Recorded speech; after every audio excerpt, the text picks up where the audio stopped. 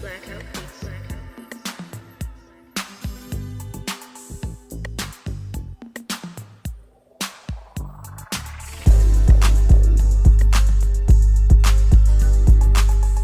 Hello, all you awesome people out there. Welcome and welcome back to Geek Vids Entertainment. I'm your host, as always, Hoover, and we are back with yet another episode of News Drop, bringing you the news stories from our big three over the course of the beginning of November of 2025.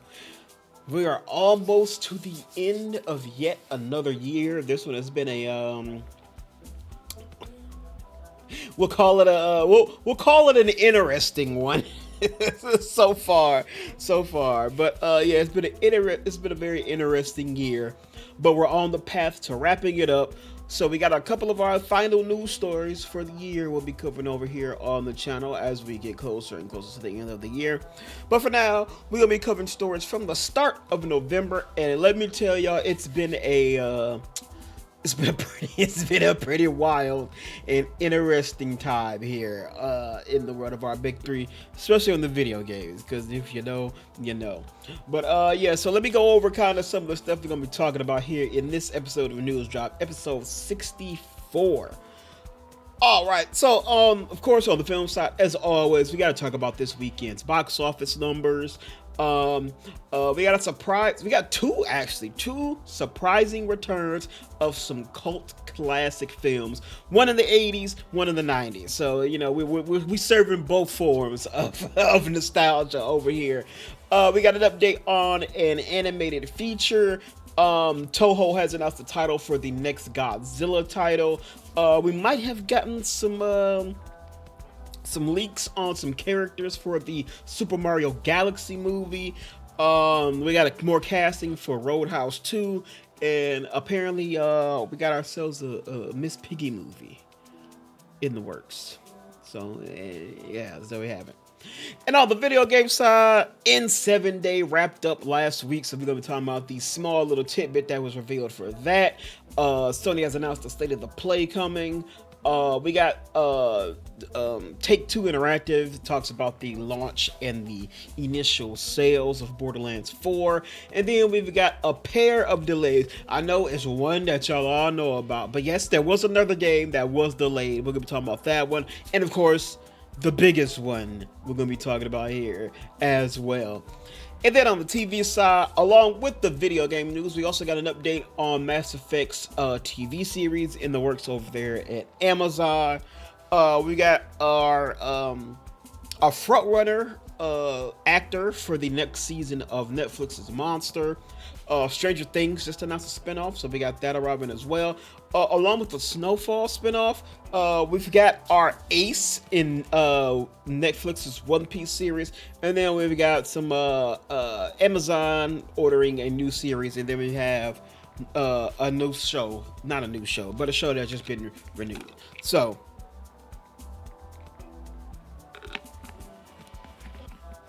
all of that we'll be talking about here on this news drop. So let's go ahead and get right into the news then, shall we? I think we shall. As always, we got to kick things off with the box office. Predator Badlands kicks off November with a record-breaking $40 million US opening and an open to $80 million globally. 20th Century and Disney reboot came in well ahead of expectations to end a major slip in the movie-going after winning over critics and audiences alike.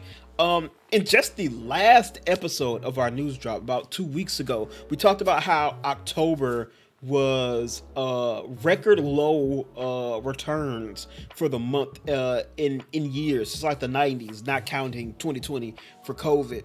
But we just talked about all of the failures that happened there. You know, Tron Ares didn't open too well, The Smashing Machine, Roofman, a lot of movies that failed to really garner audience attentions to go into the theaters and go see them. Surprisingly, anime movies kind of dominated the month, but it seems like we're off to a pretty damn good start with Predator Badlands, which is honestly a movie I was mildly interested in, but it seems like the movie's pretty damn good. Dan Trachtenberg is the hero of the hour as his new movie, Predator Badlands, has ended the drought at the domestic box office and kicked off November in high style. The movie opened well ahead of expectations to top the domestic box office chart with a franchise best $40 million from about over 3,700 theaters. Pre-release tracking, it had an opening to 25 million. I'm gonna talk about that a little bit. Overseas, it likewise took in 40 million for a global start of 80 million. Now it's interesting they do say that, because I saw a post on social media talking about how they were worried that Predator was only going to open to 25 million, which they was like, it's good, but it's under, like, it, if it did open to that, it would have made less than what Tron Ares made in its opening weekend, which, you know, started off, which would have been a bad start coming off of the terrible October for the big movie for this month to come out and come in under that. But then I realized, I was like, oh shit, that was like 2 days ago, and now we're here, and it fucking made nearly, it made nearly fucking double what those pre-tracking numbers had. The pick soared to the top opening of the sci-fi franchise domestically after stealing the crown from AVP, which debuted at about 38.4 million in 2004. Not adjusted for inflation, of course. It's the biggest global opening of the franchise, surpassing 2018's Predator, which opened to a little under 50 million. So that's pretty good. 20th Century and Disney release has glowing reviews and an equally growing audience to thank. It is the only Predator film, including the 2 Alien mashups, to earn an A- cinema score, while its post-track exits are through the roof, with its audience score of Rotten Tomatoes at 95%. As one rival exec noted, this is what happens when you make good movies. When you make fucking good movies, people come out, people on the fence show up, and then tell their friends and family to go. I'm not gonna lie, as I just said, I was mildly interested in this, and now my expectations gone up. I might go see this next weekend. Badlands, which Trachtenberg co-conceived with his prey writer Patrick Asen, blazes on the trail for the now 9-film franchise that began with John McTiernan's 87 classic Predator. The series from John Davis landed at Disney following the Fox merger. And I believe Trachtenberg did Prey 2, which was also really fucking good. That released on Hulu a while ago. I believe he also had a hand in I still ain't watched the damn show yet. Killer of Killers, Hunter of Hunters, whatever the hell it's called. The animated series that was on Hulu. I believe he had a hand in that too. Trachtenberg has always surprised, beginning with 10 Cloverfield Lane in 2016. That was a good movie. Followed by 2021's Prey and June's Predator, Killer of Killers, an animated anthology, both of which bowed on Disney's Hulu. In this case, he's made a villainous predator named Dek, played by Demetrius Schuster Kaloa Matangi, into the protagonist, who pairs with Ellie Fanning's Wayland Yutani synthetic known as Thea. Wayland Yutani, aren't those the fucking?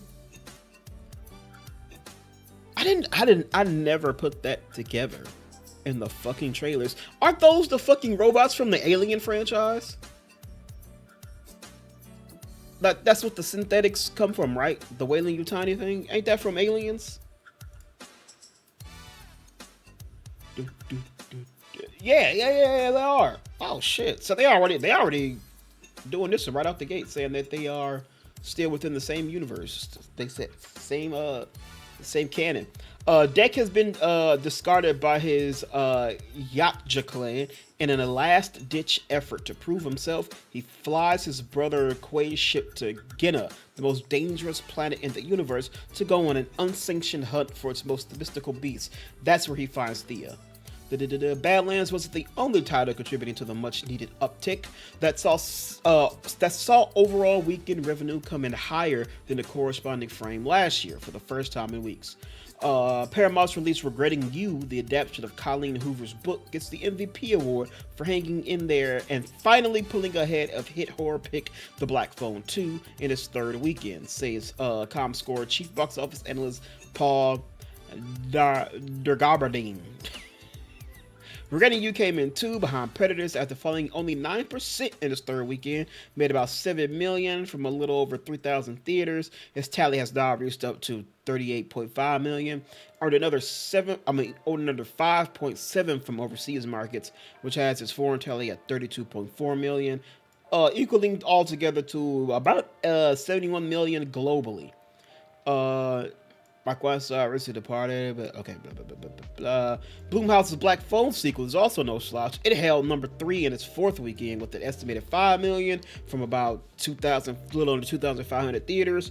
It cleared the $700 million mark domestically and $52 million at the foreign box office for a global of about $120.4 million. It's a profit monster, having cost a modest $30 million to produce before marketing. Ditto for Regretting You. Again, small movies. If you just make a good movie even with a small, modest budget, if it's good, it'll sell. I don't know what I'm guessing that clearly this one had a higher production budget than those two, just being more of a sci-fi thing. Amazon MGM Sarah's Oil. I hate when it does that. Based on the true story of a black woman who became the richest woman in Texas because of oil, may not have done much for critics, but nevertheless opened to a solid $4.5 million from about 2,000 theaters after earning a coveted A+ cinema score and a 97% audience ranking on Rotten Tomatoes. Landed it at number 4, and it's also benefiting from appealing to females, which make about 68% of its office. A slew of Oscar players open, led by Sony's darling Nuremberg. A historical pick rounded out the top 5 with an estimated $4 million from about 1,800 theaters.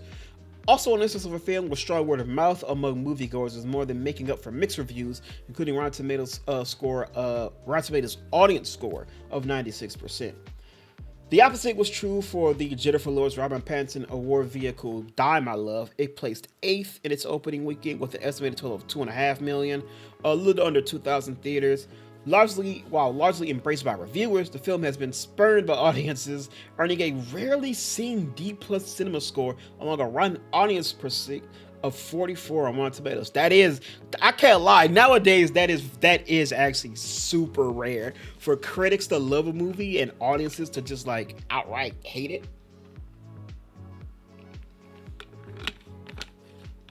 Typically, shit is always the other way. Like, critics will hate it, but the audiences will love it. And then if like you see more either that or they're unified and the movie's good, or unified and that the movie is bad. You very rarely see a high critic score but a low audience score for movies. That actually is pretty crazy, especially now, because generally in an overall blanket sheet kind of thing, audiences do tend to have very simple tastes. They tend to score movies fairly high, even if they are absolute ass. They tend to score them probably higher than they should be, because shit is all subjective and people's takes is different. The Sony-led Christie, another awards player, starring a high-profile actress, couldn't crack the top 10 in an opening to a forgettable 1.3 million from about 2,000 sites. Good news, similar to Die My Love, critics praise Sweeney's performance, even if they have issues with the movie itself. Christie from Black Bear's new distribution arm placed 11. It's based on a true story. Sweeney transformed her body to play Christy Martin, who helped legitimize women's boxing. The biopic also stars Ben Foster as a trainer who becomes her abusive husband. I ain't heard Ben Foster's name in a long ass time. Neon opened acclaimed Swedish drama Sentimental Value, one of several award contenders it has in the mix this year. In 4 theaters in New York and LA, the pick is reporting an impressive per location average of $50,000. One of the best of the year and among the 10 best of all time for a foreign language film.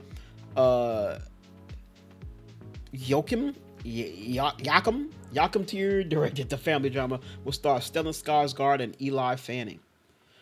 All right. And there you have it. There is our opening weekend. So Predator, Badlands is also a pretty interesting start. I mean, not a pretty interesting start, a pretty damn good start. Like I said, I might go see it now. I was interested, but I was skeptical. But now that I hear it's actually pretty good, I'll probably go see it now. Also, like I mentioned, I've been saying this for the last couple news drops, but we are entering award season, so you're going to get ready to see a lot more award baity movies coming out too. So we'll kind of see how those all do. But that's interesting. This Dan Trachtenberg, he's off to a really good start with this franchise. Probably more than probably either side thought they were gonna get out of this deal. So that's really good. That's cool. I like that.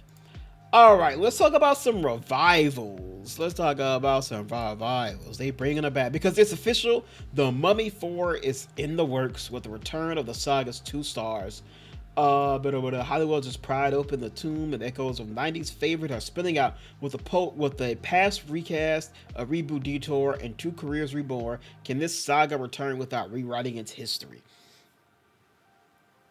Universal Pictures has set a new chapter for The Mummy in motion, returning Brendan Fraser and Rachel Weisz, directors Matt Bettolini Open and Tyler Gillett, and screenwriter David Coggenshaw. I don't know. Steering the project toward a mix of sharp scares and throwback appeal. The timeline remains vague and it's released 6 years away, but the real puzzle piece is continuity after Weisz's character, once played by Maria Bello, riding Fraser's renewed acclaim. The studio is betting the nostalgia and modern horror credentials can revive this storied franchise. So The Mummy is back. They got original stars Brendan Fraser and Rachel Weisz attached to come back to it.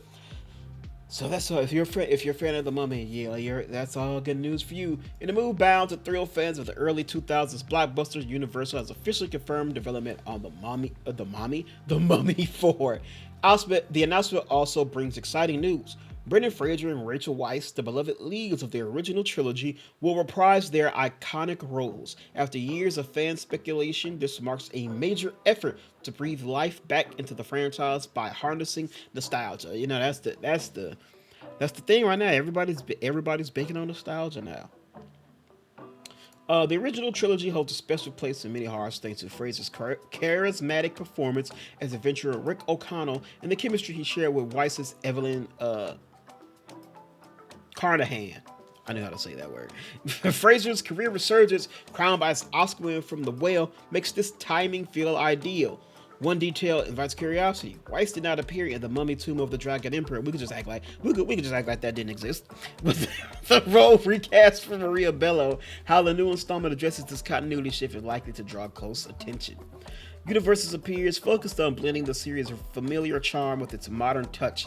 Directors Matt Bettolini Open. The L's before the P. Open and Tyler Gillett celebrated the recent Scream films, bring a horror sensibility. Oh, they had a hand in the Scream movies, the new revived Scream ones, huh? Bring a horror sensibility that could infuse a darker tone. Screenwriter David Coggenshaw to support this evolution, drawing on experiences with tension and nostalgia. Audiences will ultimately judge whether those complement the franchise's brisk adventure spirit or push it into a new register. So this is cool. So The Mummy is coming back. We only have Brendan Fraser and Rachel Weisz. We don't know if is it Billy Zane? It's not Billy Zane. I feel like I constantly get that confused. It's not Billy Zane, is it? No.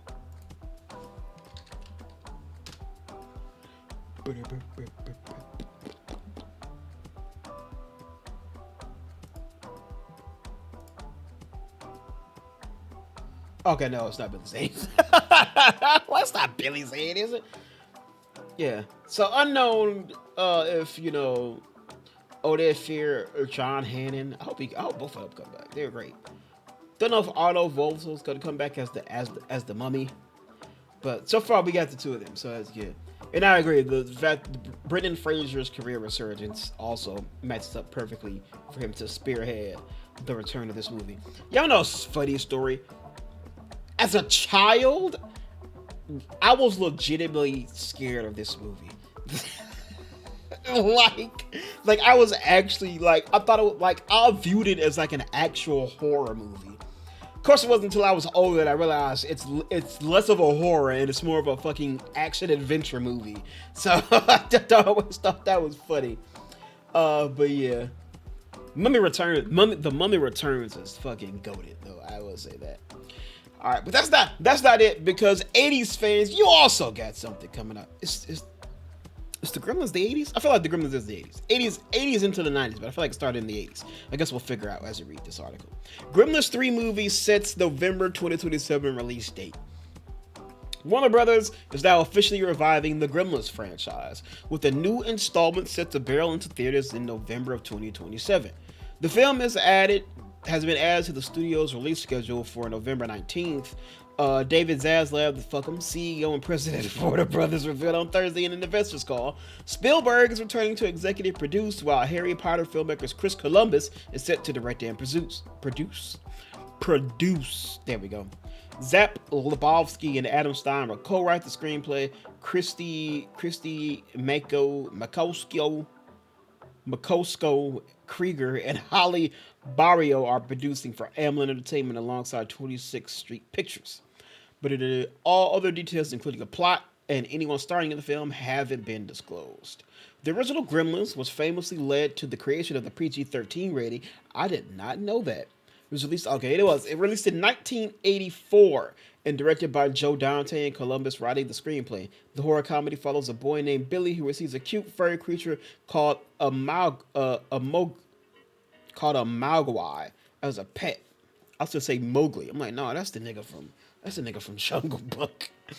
Billy is warned to never expose the animal to bright light, water, or feed him after midnight. After the rules are broken, the gremlin spawns more of its kind and end up wreaking havoc on Billy's hometown during Christmas.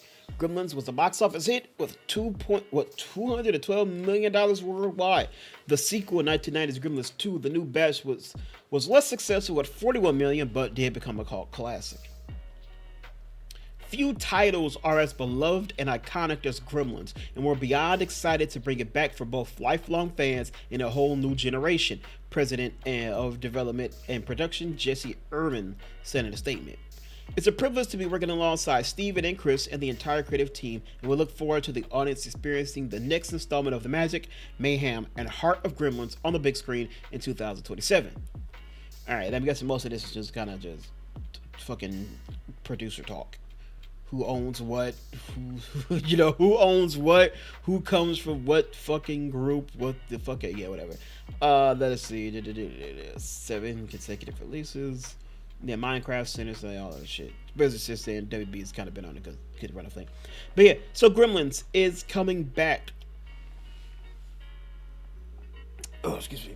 So, good news there. So if you're a fan of the Gremlins, I hope you should be pretty excited for this. Fun fact, never seen a Gremlins movie all the way through. It's another one of those movies where it's like, you've seen some parts of it, but you don't remember if you've seen the whole thing, which I'm pretty sure I have not. I haven't seen it from beginning to end. I've just seen clips and pieces from like reruns on TV, re-airs on television or shit like that. But I'm pretty damn sure I've never seen a Gremlins movie from beginning to end. So we might have to change that before this new one comes out. All right, next up, Peter Skarsgård and Rob Delaney join Roadhouse 2. We have 2 more additions to MGM Studios' Roadhouse. Peter Skarsgård and Rob Delaney, care of the details for the duo, are under wraps. As we first told you, there have been many other recent additions to the cast of the sequel, including Rico, god damn, some of these names, Verhoeven, Michael Chandler, Michael Venom Page, Dustin Poirier, Stephen Thompson, Tyron Woodley, Jay Heron, Andrew King Bachelor, Iko Uwais, and Hidetoshi Nishiji.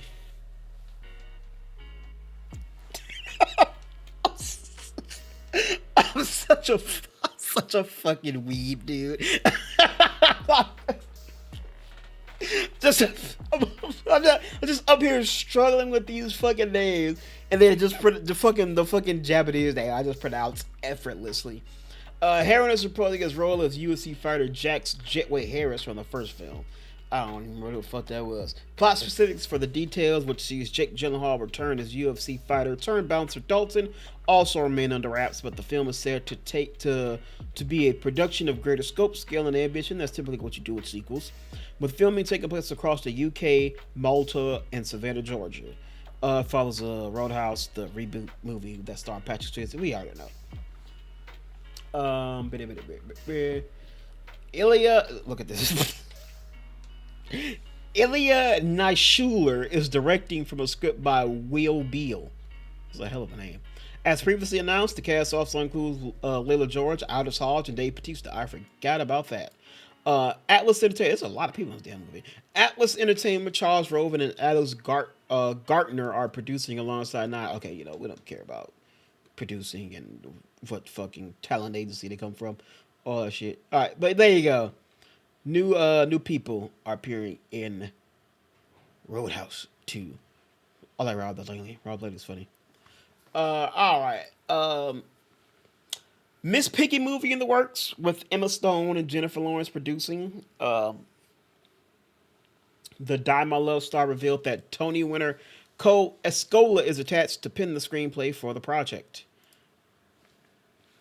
Miss Piggy is getting her close up. Film centered around the iconic Muppet is in early development, a source confirmed with The Hollywood Reporter. During an appearance on the Las Cultravistas podcast, Jennifer Lawrence revealed that she and Emma Stone are producing the project. I don't know if I can announce this, but I'm just gonna, she said in the episode. Continuing, Emma Stone and I are producing a Miss Piggy movie, and Cole is writing it. Lawrence further clarified that the Oh Mary star is slated to pen the screenplay for the project. Later Wednesday, during an appearance on The Tonight Show with Jimmy Fallon, Lawrence offered more details about how the idea for the film came to be. During lockdown, one of my good friends who's not in this industry was like, it was kind of around cancel culture. It was like both things were kind of happening at once. We were all locked up in our rooms and naughty people were being locked up in prison.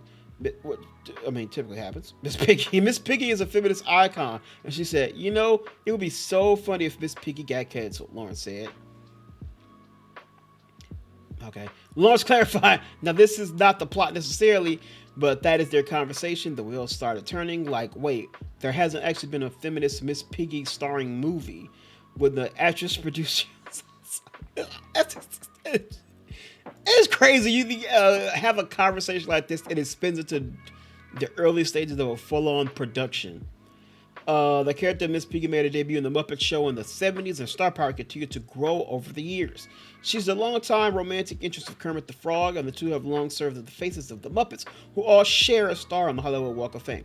Now, I will say, my immediate, I still kind of am, my immediate reaction to this is to kind of laugh it off and kind of brush it off. But I gotta remember, I did the same thing for the Lego movie and for the Barbie movie. And both of those movies were fire. So I can't just laugh this one off that easy. This movie could, in fact, be good.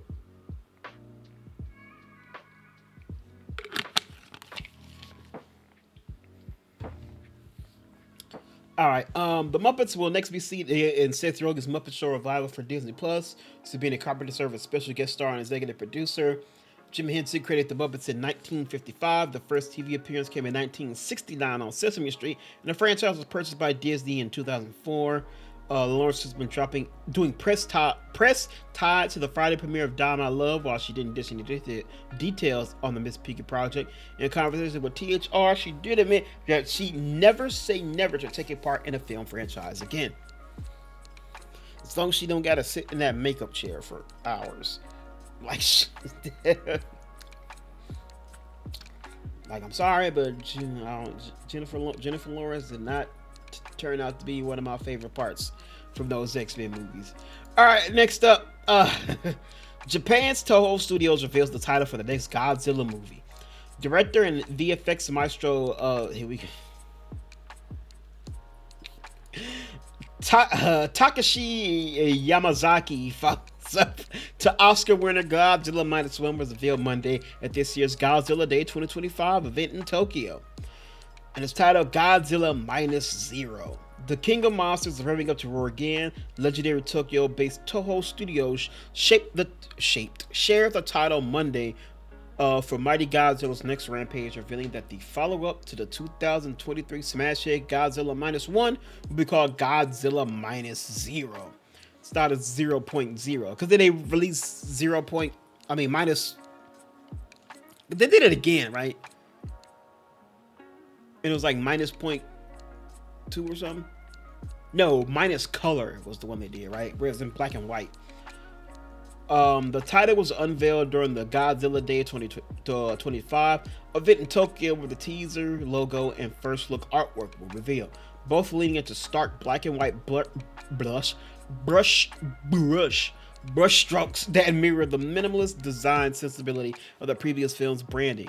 Yamazaki co-drew the emblem, signaling creative continuity while potentially teasing a darker, more expansive monster mythoscape.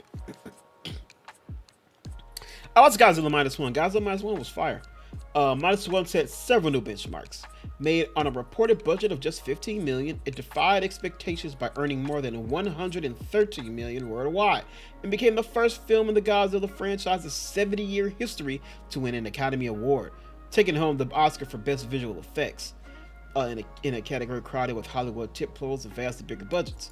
It also became the all-time top-grossing live-action Japanese film at the North American box office. According to insiders, the new film is being positioned not just as a sequel, but as a statement piece. Full cast and story details remain under wraps. Building upon the success of Minus One, Toho can be expected to step up the scale and ambition for Minus Zero, leveraging a reawoken monster franchise that's now firmly in blockbuster prestige territory for viewers throughout the West. Minus Zero will be the 31st Japanese feature in the famed Kaiju franchise, not including the US ones from Legendary. Yeah, like I said, I saw Minus One. Minus One was fire. It was really good. I hope they bring I hope they bring Joe back. Put Gokai Blue in the movie again. Alright, next up. Winston Duke and Lakeith Stanfield joined dystopian animated feature Slime. Is this about take place in Atlanta? It stars Young Thug. Winston Duke and Lakeith Stanfield have signed on for roles in Sly, the dystopian animated feature, marking the feature debut of Sundance Prize winner Jaron Braxton. As previously announced, Scott Kid Cudi Mescudi and Willow Smith lead the cast, also featuring Tiana Taylor, Anna Sawai, John Cho, and John Boyega. God damn, this is a hell of a cast. I don't know her though. Or do I know her? I don't know her. I don't know her. She was in whatchamacallit though. She was in Shogun, which was I still haven't watched, but that I know was really fucking good. Okay. So that's cool. It's a hell of a cast. Production kicks off later this month. Also new to the project is Capstone Global, which has the task to handle the worldwide sales. Set in a too near future, Slime follows Muna, who's played by Smith, an optimistic but broke young woman who signs up for a paid clinical trial, only to be injected with the mysterious creature Slime that unleashes destructive powers she can't control. Sounds like Akira. On the run, she kidnaps Glenn, played by Mescudi. Mescudi, I believe that's how you say it. The lab worker who injected her, and the two set out on a perilous odyssey through a crumbling dystopian world in search of refuge and care. But as the clock runs out, is Muna transforming into humanity's worst nightmare or its last unlikely survivor?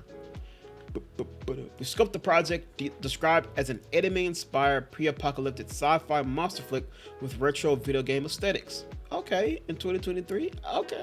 Okay. It's written by Brian Ash and will feature an original soundtrack score by Kid Cudi. Hammerstone Studios is financing the project with Script 2 Screen and producing alongside Mad Solar and Capstone Productions. Okay, so Cudi has quite a hand in this. Did he have like an animated movie on Netflix or something that I also have not watched?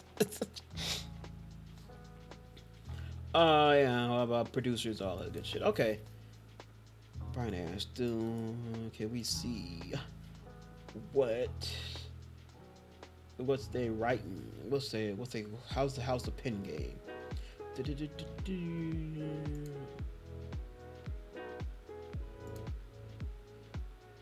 Sugar towards the jellies. Laser Wolf.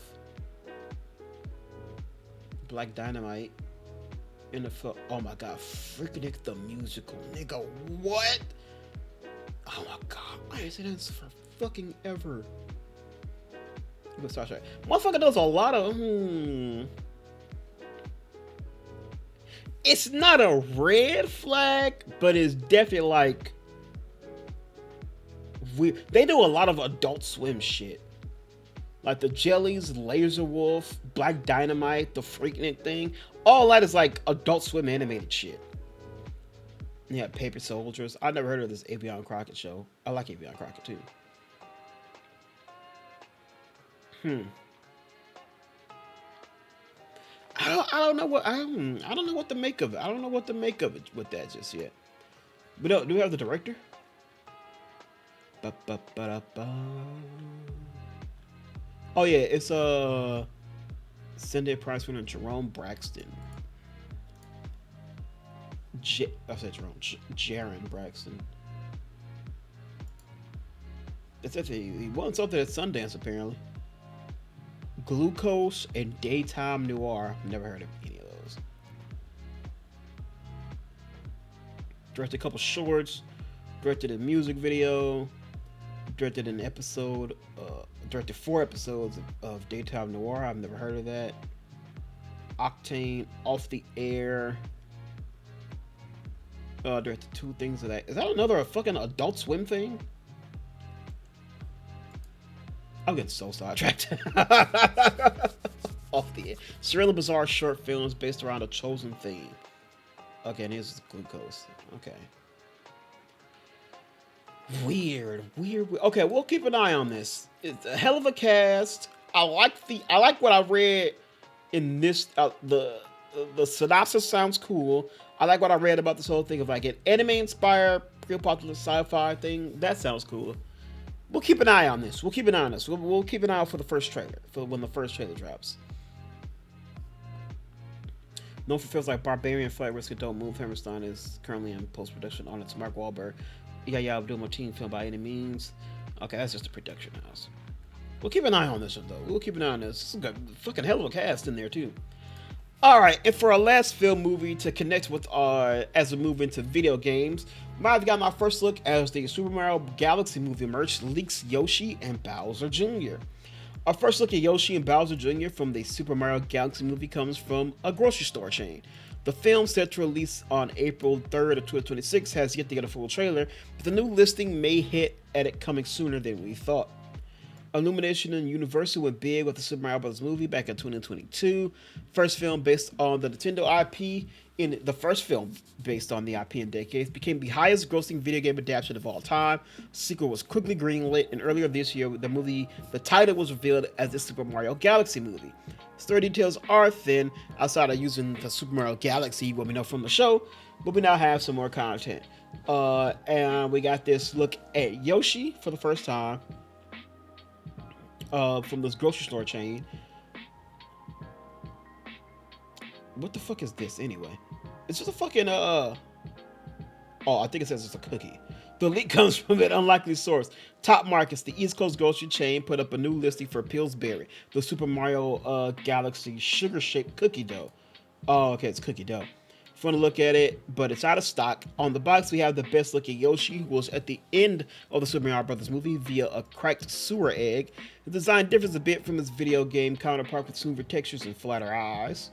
On the back is a fun little maze to fill out. We do get to see some of the worlds Mario and Yoshi will be traveling to, though it's hard to tell if they come from the Galaxy or its sequel.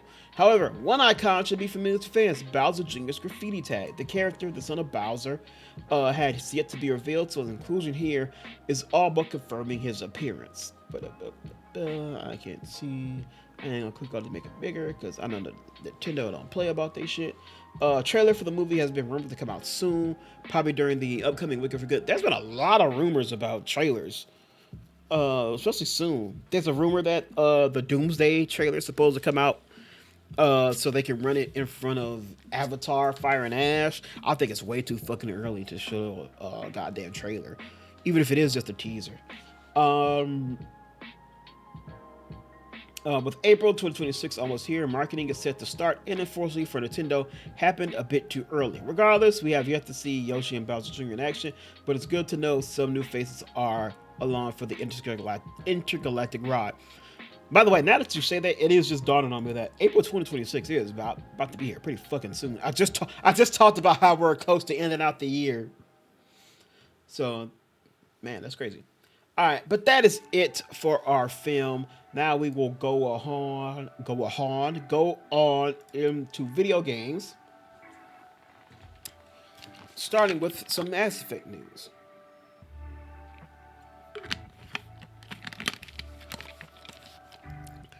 So if you don't know, November 7th among the Mass Effect fandom has been dubbed for N7 Day, a day in which we celebrate the Mass Effect series. We use that because the N7 is a military rank in the game. It is what the main character, the player character, Commander Shepard, ranks for in the military.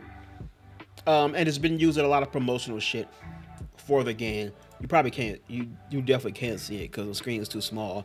But you know, I got Mass Effect shit up there. I think there's like a letter up there that has the N7 logo on it.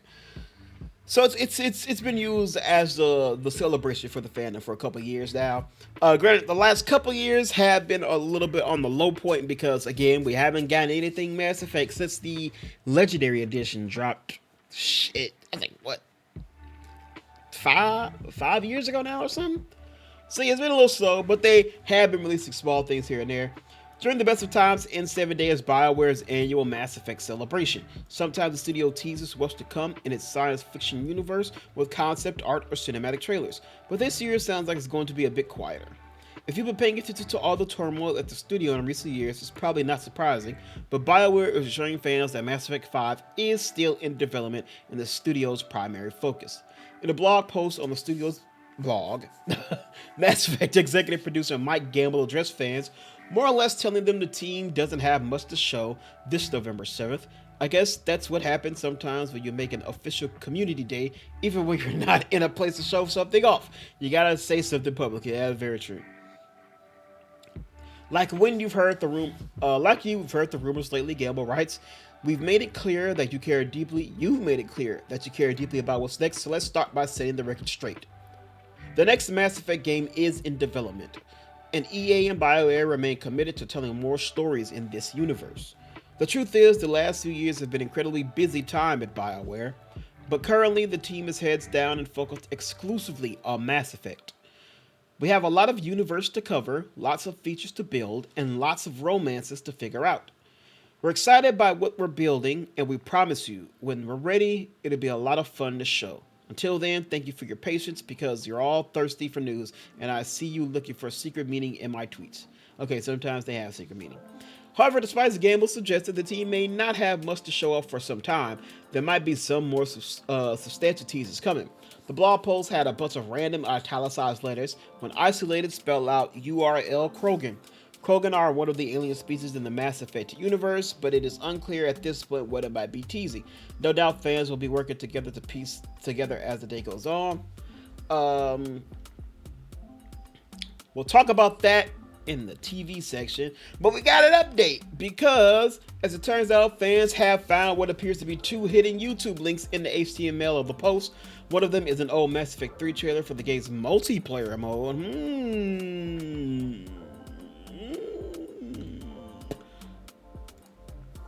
Is it private? Oh shit, no, it's not private. Is this video privated now? Shit, I can't tell. Oh no, it's not private. It's not unlisted or nothing. It's still there. Boop, boop, okay. And the other is a private video. Okay, what could it mean? Some are speculating that it could mean the Mass Effect Legendary Edition remaster may finally get Mass Effect 3's co-op multiplayer mode that was absent from the it came on 2021 package, but that's just speculation at this point. What's this private video? Can't tell because it's private. Can't tell because it's private. And this is kind of what they figured out. Then in another update, BioWare has posted a URL on its social feeds, but has redacted part of it. The URL is masseffect.com error A20N7S12. So it seems like something is being posted on the official Mass Effect site today, but we still don't know what. Fans are trying to see what it is. And then another update. Fans have managed to find concept art for a Krogan Civil War by changing the letters from the era. Goddamn, people really, fucking the internet sleuths really do just do any fucking thing and find out shit. by changing the letters from the error message to corresponding numbers and rearranging them. Right now, we don't know if this is art depicting previous Krogan infighting in the franchise or something after the events of Mass Effect 3. If this is a tease for Mass Effect 5, it could mean some kind of conflict took place between members of the Krogan civilization in the 600 years between Mass Effect 3 and Andromeda. The Krogan scene in the art doesn't look like any of the major players of the series either, so it's hard to glean much of what from just this. We'll see if BioWare adds any more teasers throughout the day. So this is the image, and yeah, it's Krogan fighting, and it says Civil War at the bottom. And yeah, I will say the gear is way different than what we've seen the Krogan armor wear. Like usually the Krogan helmets cover the eyes, but the eyes are open, and allow me to showcase my extremely fucking nerdy side for this shit. Also, I noticed the guns, especially this one. That looks like a fucking this looks like the fucking one of those goddamn blood pack guns. Like the fucking hand cannon that shoots like a goddamn shotgun. You know what I want to talk about? I'm finna get real fucking dirty right now.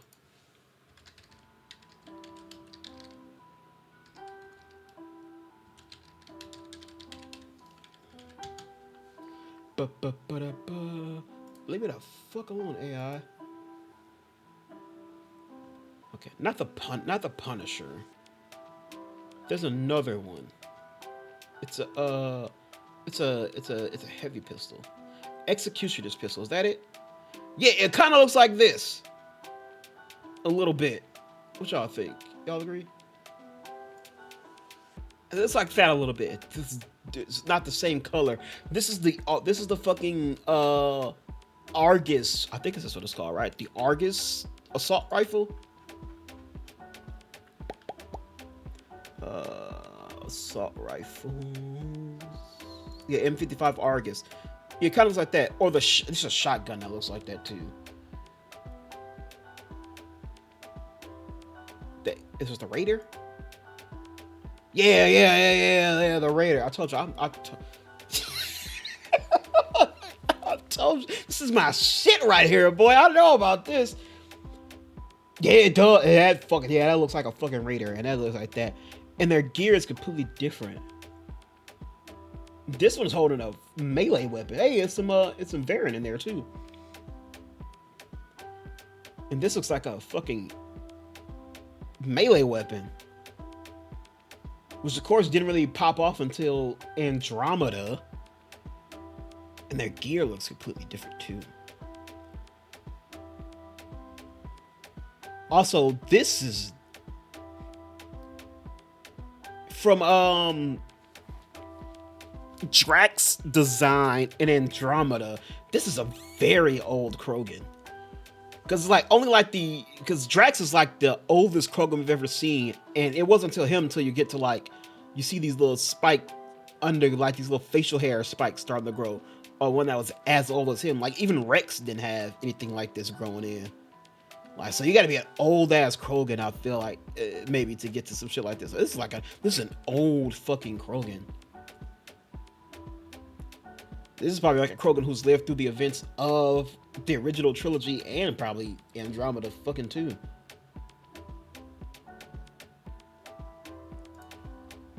That's cool. Civil War. What could be the fucking thing for a Civil War? Especially after Gamble has confirmed that the Krogan Civil War depicted in the art is a future event after the events of Mass Effect 3, rather than from the species' previous history. Okay, I kind of figured that. Like I said, those are from the weapons. I don't think it's anything from the past, because these weapons were weapons that were introduced to showing off in Mass Effect 3, so it at least had to be by then. Massive infighting is a real depressing outcome for the Krogan. Yeah, especially after you cured the genophage. Granted, that could not be canon. I feel like they're gonna make that the canon choice though. You cured the genophage, and now they have this big civil war happening. Especially when some decisions the player may have left them in a hopeful note. Guess we'll see what happens. Somebody on Twitter asked him, and he said it indeed was the future. Okay, that's the last big update. What could this mean? What could it mean? I'm excited to fucking find out. I do think I still stand by the belief that they released info that they were doing this way too fucking early. Like, way too early. Like, they first announced this shit a while ago. And this shit is still super early in development. Like, we're still just getting, like, artwork in small little animated teasers and shit. Like, I still stand by the fact that we still probably aren't going to even see anything from this, especially, like, gameplay-wise, until, like, 2028, 2029. So this thing's probably gonna be like, this thing might end up being a fucking next gen game anyway. PS6, next Xbox type shit. If not, it's gonna come out on both. It's gonna be like a swan song game for this current console generation. I'm gonna have to look up some theories as to what a Krogan Civil War could be about. Granted, the Krogan, that's the thing, it's the Krogan, so like, it wouldn't take much. It makes me think if the obvious thing I think about is the fact that at the end of 3, Rex, if he's alive, really tries to lead the Krogan into a new dawn to kind of forget all the shit at the past. And like a thing that was constantly involved in that is Rex and what's her name, Eve, but Bakari, whatever her name is. Well, the two of them leading it, would they even be enough to? Because the entire Krogan species, you know, the worry was that the entire Krogan species was going to be looking for revenge for everything that happened with the Genophage. So could it be about that? It's some people who still have that idea versus the people who believe more in what Rex is trying to do to kind of bury the past and move on for a better future, and some people still want revenge. Maybe that could be what the Civil War is about. You know, could be something else. Resources, maybe. You know, Tachanka was a fucking nuclear hellscape, so maybe we find ourselves, you know, expansion is a big thing for them too. That's a lot of shit. I don't want to get too hung up on it, but just know, see for this. That's how much I love this shit. Just this one picture now it got me thinking about a bunch of shit and what it could mean. Y'all already know, once we get more info and once the train really starts rolling on this next Mass Effect, we're gonna have a bunch of shit where I'm gonna be talking about things in the future. But anyway, I don't want to see it for too long. Let's move on to the next story. Take-Two announces that Borderlands 4 came in below Take-Two's sale expectations. Launching as the third highest selling game of 2025 apparently wasn't enough to keep Take-Two from being disappointed. Take-Two's story of the day may be Grand Theft Auto 6 delayed to late 2026, but the company's investor call also revealed some info about its other titles. Borderlands 4 fell short of the publisher's sales expectations despite the biggest launch in franchise history and its debut as number 3 in the best-selling games of this year. Speaking with the game business, Take-Two CEO Strauss Zelnick laid the blame for Borderlands 4's performance on the optimization problems plaguing the PC port. I agree, that could definitely be an issue. There's also another issue, and his name is Randy. Whilst the critical acclaims was superb and we're really happy with the release, equally, as you know, there were some challenges with the Steam release. Gearbox has been addressing those challenges and will continue to do so. So in terms of units sold, out the gate, the numbers were a little softer than we would have liked. In the fullness of time, we think it's going to do great. It's true that some PC players review-bombed Borderlands 4 on Steam about its performance and optimization issues. In response, Gearbox CEO Randy Pitchford openly challenged players' negative reviews and remained defiant about it days later. Pitchford also shared a number of tips for better performance on PC and consoles. You remember where he was like, oh, it's not our problem, it's your problem. Y'all broke motherfuckers can't afford a high-end PC to run my shit. So maybe y'all broke asses to go out and build a better PC. However, the PC sales figures may not tell the whole story. The American and Canadian console sales for October 2025 haven't been released yet, But PlayStation sales at the top downloads for North America revealed that Borderlands 4 dropped to 14th after debuting at number 3 a month earlier. This suggests a broader dissatisfaction with the game beyond the PC users, and the PS5 version did have some optimization issues as well. So they saying it ain't just the fucking PC. Console didn't sell too well either. I told you some of it. A lot of that shit may have to do with Randy Pitchford's ass, openly in opposition to everybody. Later this month, Gearbox will drop Borderlands 4's first paid DLC. And developer later this month. Nigga, it's only November. This shit came out in October. And yeah, that's right. We watched the trailer for that shit. It's a character, right? And the developer debuted B shooting legendary weapon this week. The Switch 2 version remains indefinitely delayed for now. Yeah, that's right. We watched the trailer for that shit, didn't we? It's a character. First paid DLC brings new story-based missions, bosses, and legendary loot. November, the narrative-based Bounty Hunter Pack 1, How Rush Saved a Mercenary Day. Full weapons, Vault Hunter skins, weapon skins for Echoes. So yeah, they released their first paid DLC only a month after the game came out. It's crazy, which means this shit could have just been in the fucking game, and they just didn't. They just decided not to. So yeah, so it came in less. Like I said, optimization issues, but also Randy Pitchford been talking real hot at the mouth leading up to the release of this fucking game, saying only real fans will buy it if it was $80 fucking, saying it's your fault you can't run my fucking game on your broke ass PC, so upgrade, bitch. That's basically what everything he's been talking about. So yeah, it's been a little crazy. It's been a little crazy. All right, PlayStation State of Play focused on Japanese and Asian games is announced for tomorrow, November 11th. So we're getting the PlayStation State of the Play tomorrow, Tuesday, November 11th. But like I said, it's mostly going to focus on Japanese and Asian-based games. It's going to run for more than 40 minutes. However, it's a special episode focused on games created in Japan and across Asia, alongside a few other exciting updates. So again, I like that they're saying this right off the bat because it doesn't, at least for anybody who actually reads and looks into things, people don't come in with extremely high expectations for shit. Like, hey, we got a State of the Play, but it's going to be very niche, it's going to be very special, and we're only showing games of this nature. So don't expect to see fucking anything from Wolverine or fucking our 87th report of The Last of Us. Don't expect anything major, so just know it's gonna be very Japanese, Asian-based games. Probably a lot of indie titles on there. So, but of course, everybody ain't gonna see this. They're just gonna click on the shit when it airs, and then they're gonna complain that the shit was ass, despite the fact that they didn't know everything.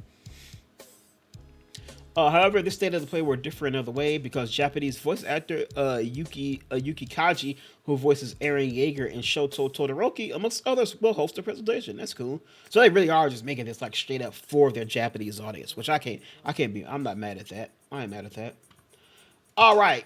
So, there was a big old delay going on that we about to get into right after this, but getting lost in the shuffle, another delay was also announced. As Marvel 1943, The Rise of Hydra release date delayed beyond early 2026.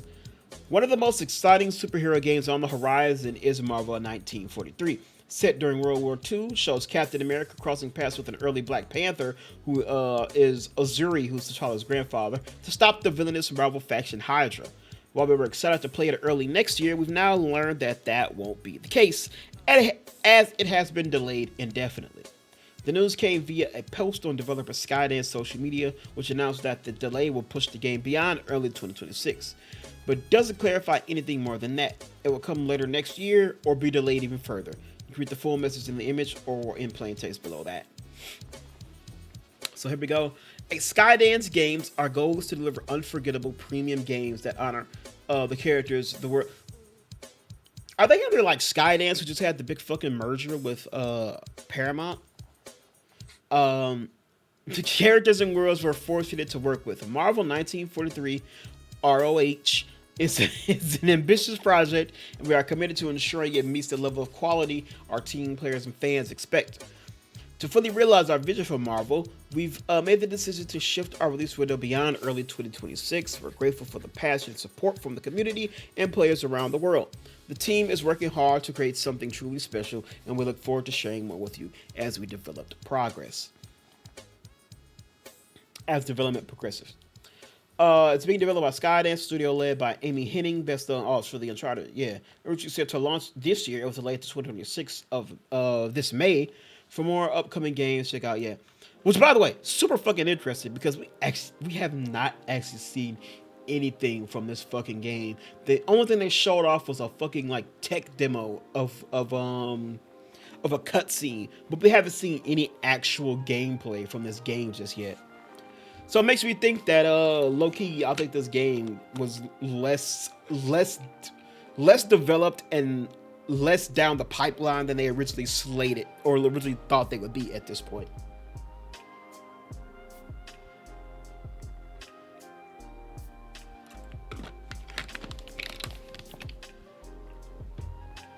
But that's just my theory. That's just my theory. But yeah, especially if it's supposed to come out in like May. I mean, it's supposed to come out early 2026, right? And we're in November, and they still haven't showed off any fucking gameplay. So I feel like this is less further along than they were originally planning. And they probably had this delay scheduled for a long ass time, and only just now decided to announce it publicly. And they probably did it at the better time because guess what? Something else overtook a lot of the news around that time. And whoops. Grand Theft Auto 6 delayed again until November 2026. Say it ain't so. Oh, Lord. The highly anticipated open world game is set to launch in May of 2026, but Rockstar announced that GTA won't launch in May and is now scheduled to release on November of 2026. That is about a year. It's been delayed an entire calendar year. On Thursday, Rockstar announced on social media that the long-awaited next entry in the open-world blockbuster franchise will need a bit more time, delaying the game an additional 6 months from May to November 19th. And here's the tweet. I'm pretty sure y'all all have seen it by now. We are sorry for adding additional time to what we realize has been a long wait, but those extra months will allow us to finish the game with a level of polish you have come to expect and deserve. We want to thank you again for your patience and support. While the wait is a little longer, we are incredibly excited for players to experience the sprawling state of Leondia.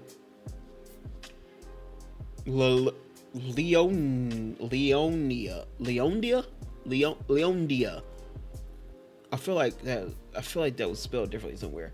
And a return to modern day Vice City. Leonida. I don't know. The second delay this is the second delay it's suffered in 2025. Back in May, the game was delayed from launching sometime in 2025 to May 26th of next year. GTA 6 was first revealed officially at least in December of 2023. That followed a massive leak in 2022 that showed it off early in development gameplay footage of the upcoming sequel. I remember we talked about that. Since its official reveal 3 years ago, GTA fans have been busy looking for clues everywhere that a new trailer was coming, piecing together the open world game's map, combing through every screenshot to find as many details as possible about GTA 6, which is likely to set sales records to be one of the biggest video game launches in history. In August, Take-Two CEO Strauss Zelnick, the guy in charge of Rockstar's parent company, seemed confident that GTA 6 wouldn't be delayed again, and when asked what his level of conviction was that GTA 6 would avoid further delay, Zelnick replied that his level of conviction was very, very high, obviously. Well, but this time, who fucking knows? So yes, GTA once again delayed an entire full year, 6 months from its last date.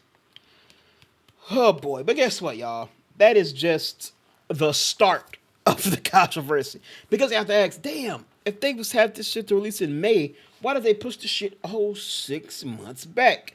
Well, There may be something behind that because GTA Studios says devs were fired for leaking secrets. Yes, Rockstar had released 30 employees prior to the announcement of the delay. News came out that they had fired 30 of their own employees. Why? Well, they say it's because they were leaking secrets. But it seems like there might be more because it seems that a labor group claims Rockstar Games is union busting. Last week, over 30 developers were fired from Rockstar Games. A trade labor group claims that GTA 6 studio was union busting. Rockstar Games claims now that the employees were leaking sensitive information. The dispute comes just as the long-awaited blockbuster was getting ready to ship in May 2026. By the way, I had this other one, but that might be the same thing.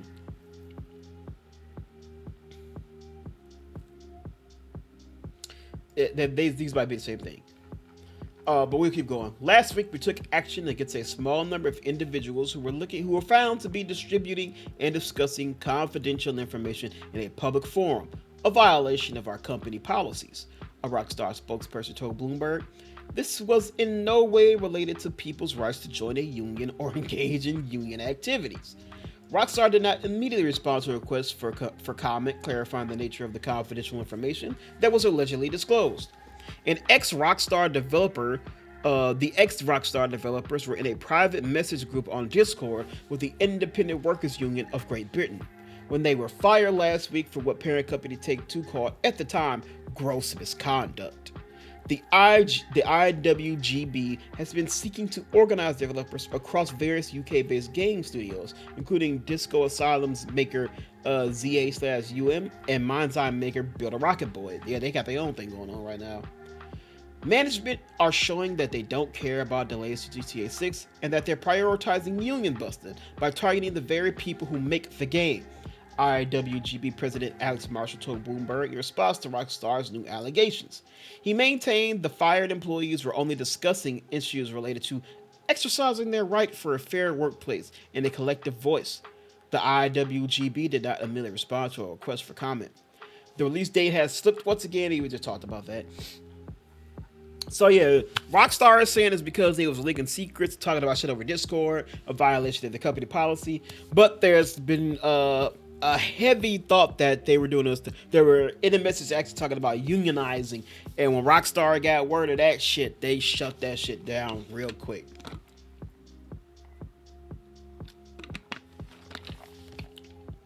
Which, if it's true, is some downright heavy bullshit. I had this article where talking about how Rockstar was saying it was more about. I thought this one was more about the union busting, which it kind of was, and then this one will kind of be more about them saying no, it's because they leaked info. But that article kind of covered both. So, let's leave fighting Farmers Union. It's not.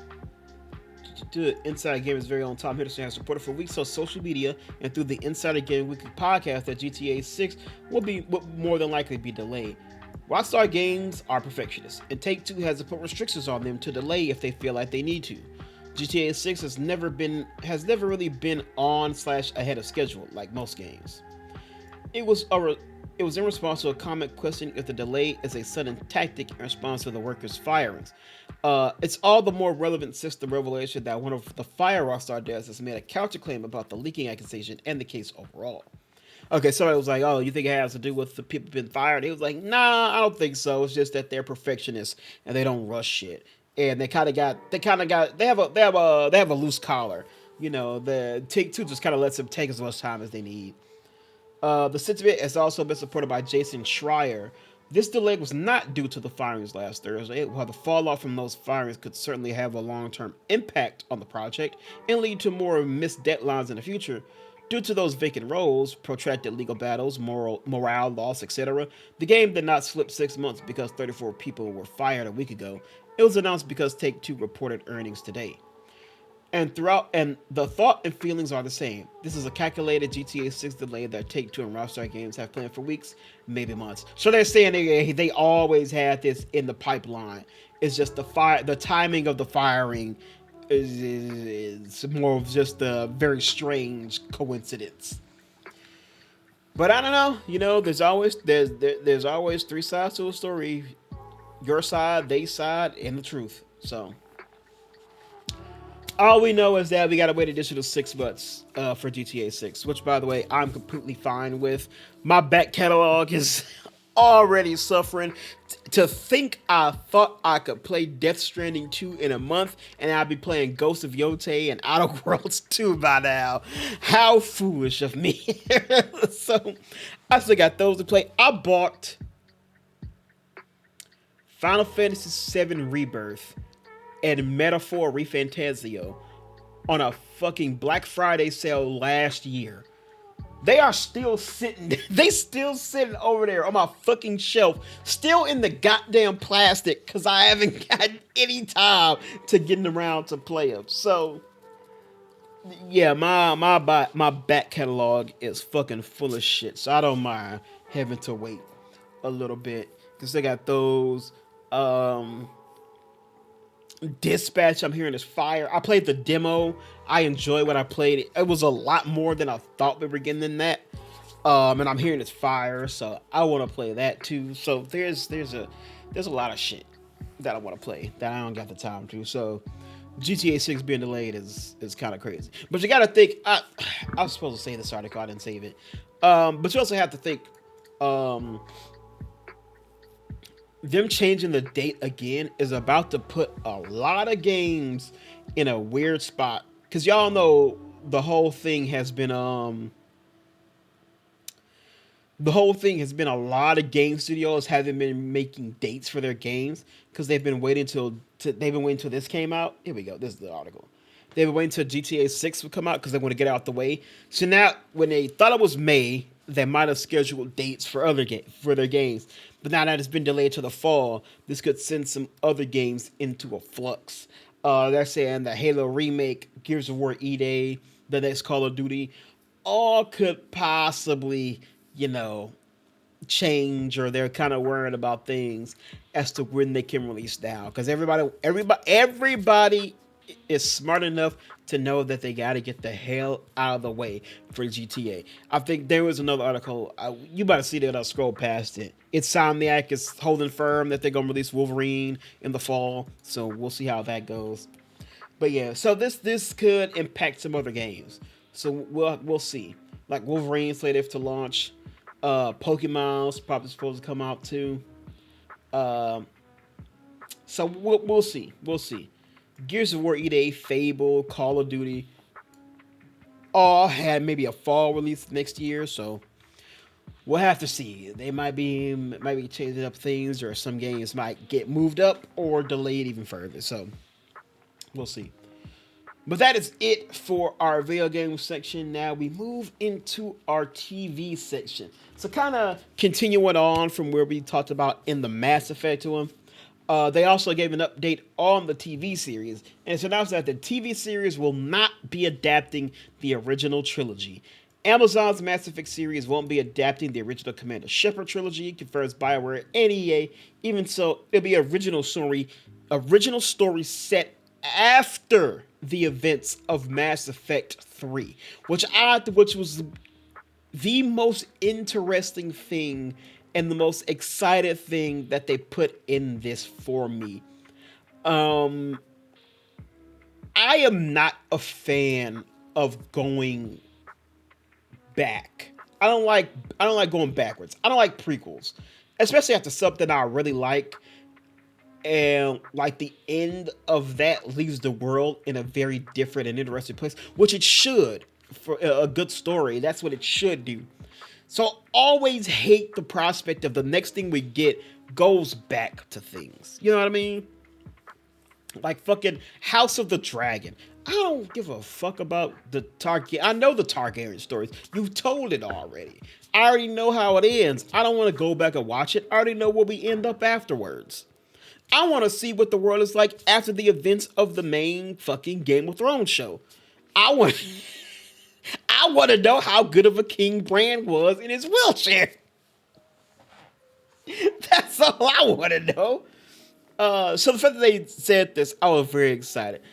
because you know you could have like one of the big things in the Mass Effect fandom is a lot of people want to see something that has to do with the First Contact War, which is the in the world of the game, it was the humans' first contact with aliens, with the Turians in the game. So there was a war that broke out between them, and a lot of people want to see that.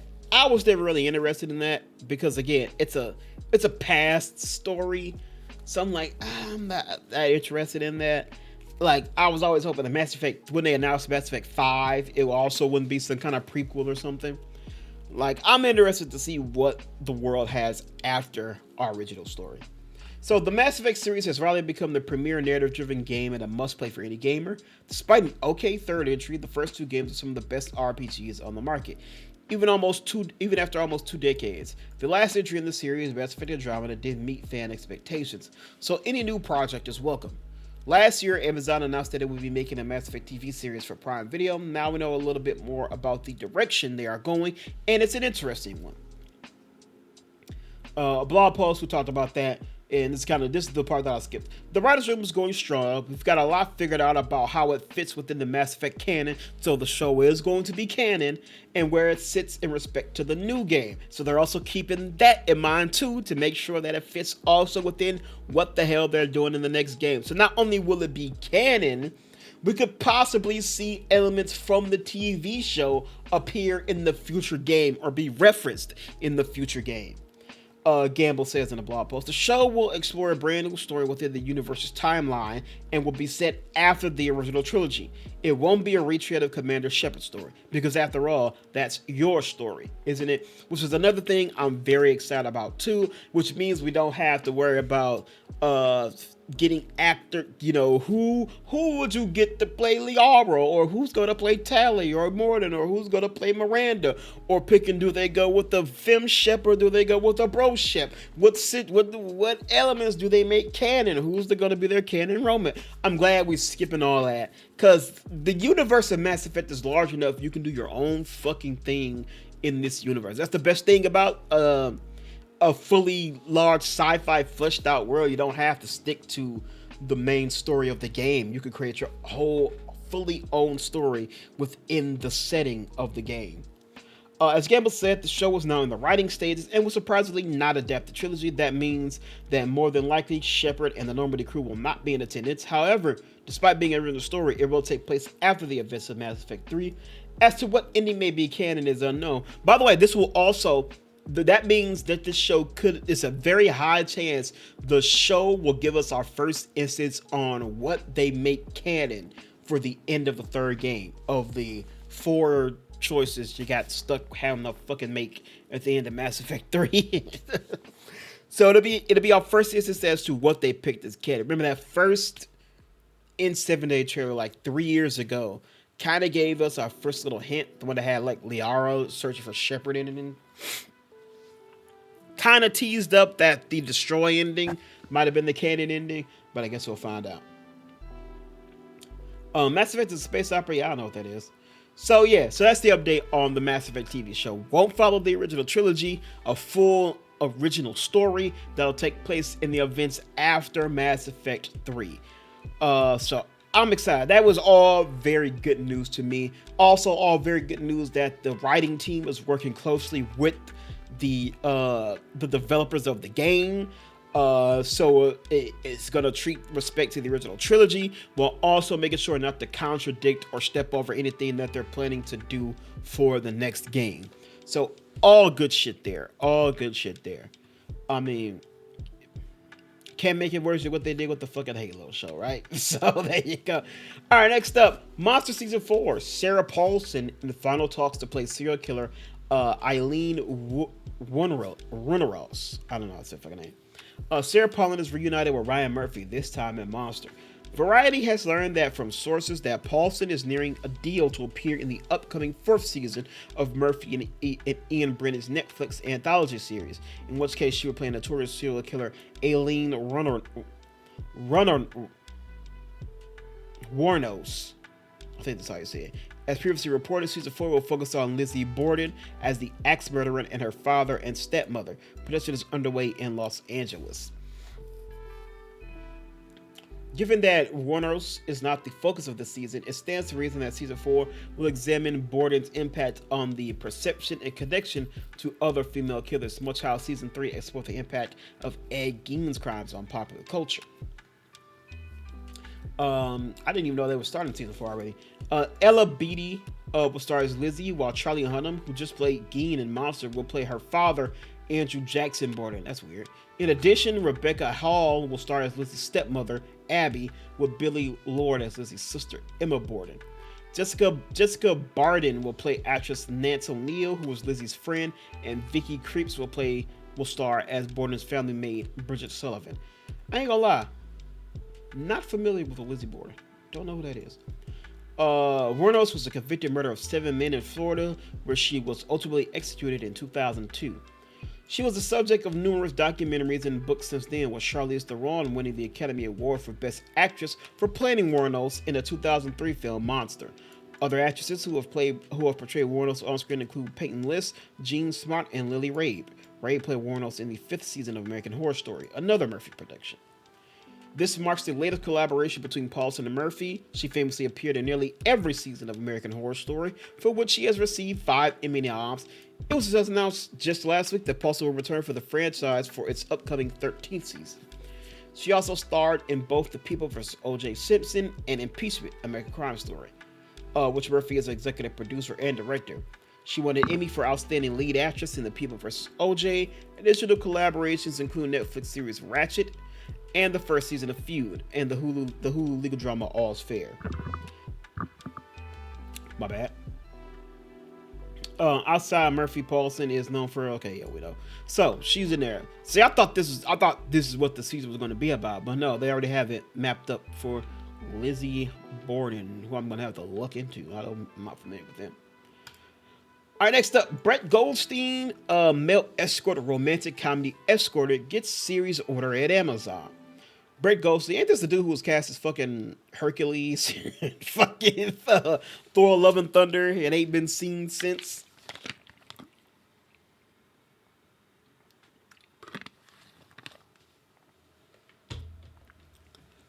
All right, Brett Goldstein is expanding his TV series presence in another major streamer.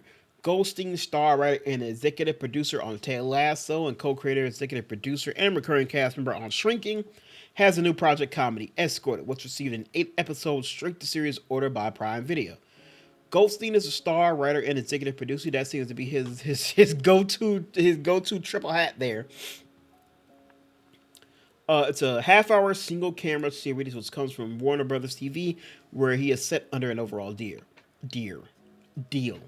A divorced dad in Manhattan accidentally becomes a male escort in the romantic comedy about second chances, the mayhem of co-parenting, and whether real intimacy can ever be bought. Goldstein will serve as co-showrunner alongside fellow Shrinking executive producer Brian Gallivan. The two executive producers alongside Cooper Wade, Josh Singer, and Molly Mandel, and this is just the producer talk. We don't care about that. Escorted was taken out by WB-TV over the summer, landing on Amazon, which stepped up in a competitive situation. Its commitment has now been finalized. Known for his signature Ted Lasso role as the gruff but lovable football player turned coach, Roy Kent earned him an Emmy Award. Goldstein has veered off into romantic fare lately in the films All of You and the upcoming Office romance, both of which he co-wrote and played the male lead in. His first stand-up specials was released on HBO Max. Okay, cool. All right, whatever. So cool. He's got a show coming on Amazon. So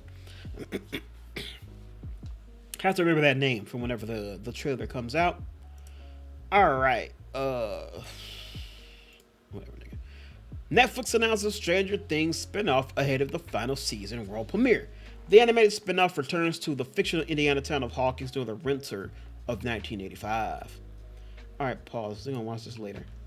Netflix announced an animated Stranger Things spinoff for 2026, just as fans geared up for the 5th and final season. Stranger Things Tales from 85 returns to the fictional Indiana town of Hawkins during the winter of 1985 and the events set between seasons 2 and 3 of the live-action series. Fans will see their favorite characters from the Stranger Things universe, Eleven, Mike, Dustin, Lucas, Will, and Max, confront brand new monsters. Welcome back to Hawkins in the stark winter of 1985, where the original characters must fight new monsters. We just said that. You just put that on there. An unraveled paranormal mystery terrorizing their town. Stranger Things is set in the 80s. Hawkins from the small. Yeah, we know. I know what the fucking Stranger Things is. The original cast isn't returning to voice the characters of the spinoff. It will instead see Brooklyn Davy Norst voice 11, Jolie Horing Rappaport as Max, Luca Diaz as Mike, EJ Williams as Lucas, Braxton Cleany as Dustin, Ben Plezia as Will, and Brett Gopson as Hopper. So a completely original cast is going to be voicing the people in this show. So here's a little screenshot of them there. Okay, that was just a premiere. You bastards, you lied to me. Eric Roberts is joining as executive producer and showrunner, around Matt Duffer and Ross Duffer will also serve as executive producers. So we got a Stranger Things spinoff. So there you go. Coming. So it's gonna be, again, it's a spinoff, but it's gonna be a prequel. So it's gonna be happening after the events of the show. It's gonna come out after the show, but it's gonna jump to shit before the final. So I just talked about how much I don't like prequels. So and we got one coming here. So there you go. We'll watch the trailer in the trailer section there. But that's not the only spinoff. Snowfall spinoff on Leon and Wanda ordered to series by FX. Isaiah John, Gail Bean, and a bunch of producers from the OG series are going to return. Now I gotta be careful here, because I still, to this day, have not watched that last season of Snowfall. So I gotta watch that. So I gotta be careful. Granted, I do know how it ends. I know where Franklin winds up at the end. I don't know anything else though. So I don't know anything about any of the other characters. But I mean, clearly, if this is set after the show, clearly the two of them survive. So, but I gotta be careful to avoid any spoilers. All right. So the coming spinoff hails from Malcolm Spellman and producers of Snowfall, Dave Andron, Thomas, and this bunch of people. The series will stream on Hulu. Set in the 90s LA soon after the end of the original series. Okay, so it is after. A recovering addict strives to take West Coast rap mainstream. While gang wars erupt and record labels move to exploit hip-hop culture for their own gain. The synopsis read, she trying to fucking rap. Wanda trying to fucking rap? The recovering addict is Wanda in Snowfall. She and Leon are a couple who eventually get married. This new series takes us back to one of the most formative eras in music with the birth of West Coast rap revolution. We worked with Malcolm Spellman on the documentary series Hip Hop Uncovered, and he has encyclopedic knowledge of this material. This is a breakout starring role for Gail Bean, and as always, Isaiah John is terrific, along with the ensemble cast. Snowfall is one of the most successful FX dramas ever, and we're excited that Dave Andron, Thomas Chalamet, and other veterans of the Snowfall creative team are on board. And there you go. Okay, so it's gonna be, that's an interesting take on it, as now they're sort of going from like the cocaine epidemic of LA to the rap boom period of LA in the 90s. That's very, very interesting pivot there. So we'll see how it goes. So we got a renewal. Nobody wants this renewed for season 3. Actually, everybody wants this. On Tuesday, it was revealed that Netflix renewed Nobody Wants This for a third season, just 2 weeks after season 2 was released on the streamer. The announcement dropped on social media with the video of Kristen Bale telling cast members on individual FaceTime calls they were coming back for another round. Here's a little video if y'all care about it. Shalom. We got renewed for season 3. Great. What's happening? Do you want to do a third season? Yeah, let's do it. Will you ask your mama if she wants to officially do season 3 of Nobody Wants This? Let's go! She was the only one who seemed legitimately excited. This is so exciting! Hey, girl. Hey girl, we got picked up for season 3. Well, she couldn't. Yeah, no, I knew that. I think I told you that. Oh. You're not like calling the cast and telling them, right? Because I feel like I should probably do that. No. Okay, great. There you go. The Jewish rom-com, which is loosely based on the show creators Aaron Foster's life, stars Adam Brody as a rabbi who falls in love with Belle's Joan, who is an agnostic sex podcaster. The couple's journey in the first season saw them deal with the lingering question of how will this work? In season 2, from showrunners Jenny Conner and Bruce Eric Kaplan, viewers watched Joan and Noah months into their relationship get more serious after they committed to each other. Season 2 finale ended with Noah's sister-in-law. Spoiler alert, by the way, if you ain't seen this. I don't watch the show, so I don't care. Noah's sister-in-law Esther giving a pivotal speech to Joan about how she feels like she is Jewish, whether she's with Noah or not. And from that conversation, it looked like Joan was finally set on converting as she and Noah got back together at the very end, mirroring the season 1 finale. So there you go. So season 2 just wrapped up, but they're coming back for a season 3. So that's cool. That's nice. That's nice. All right. Continue without supporting Nerdist. You're gonna guilt me into that, Nerdist. Next up, major news. One Piece Season 3 cast Zolo Mariduena, I don't know how to say his last name, as Portgas the Ace. Holy Batman casting, or should we say Holy Blue Beetle. Yes, another major piece of One Piece Season 3 casting has been revealed. And it's one we all been waiting for. In a move right out of the mini fan casting wish list, Zolo Mariduena has been cast as Portgas the Ace, also known colloquially as Ace. Ace is a beloved character in One Piece fan, and his journey is full of twists, turns, laughter, and tears. A lot of tears, a lot of shock, a lot of tears, a lot of heat, a lot of heat, a lot of fire, some lava. So there you go. One Piece casting Zolo as Ace is sheer genius. There you go. He played Blue Beetle, and he was also in, I believe, whatchamacallit is the one where he really blew up.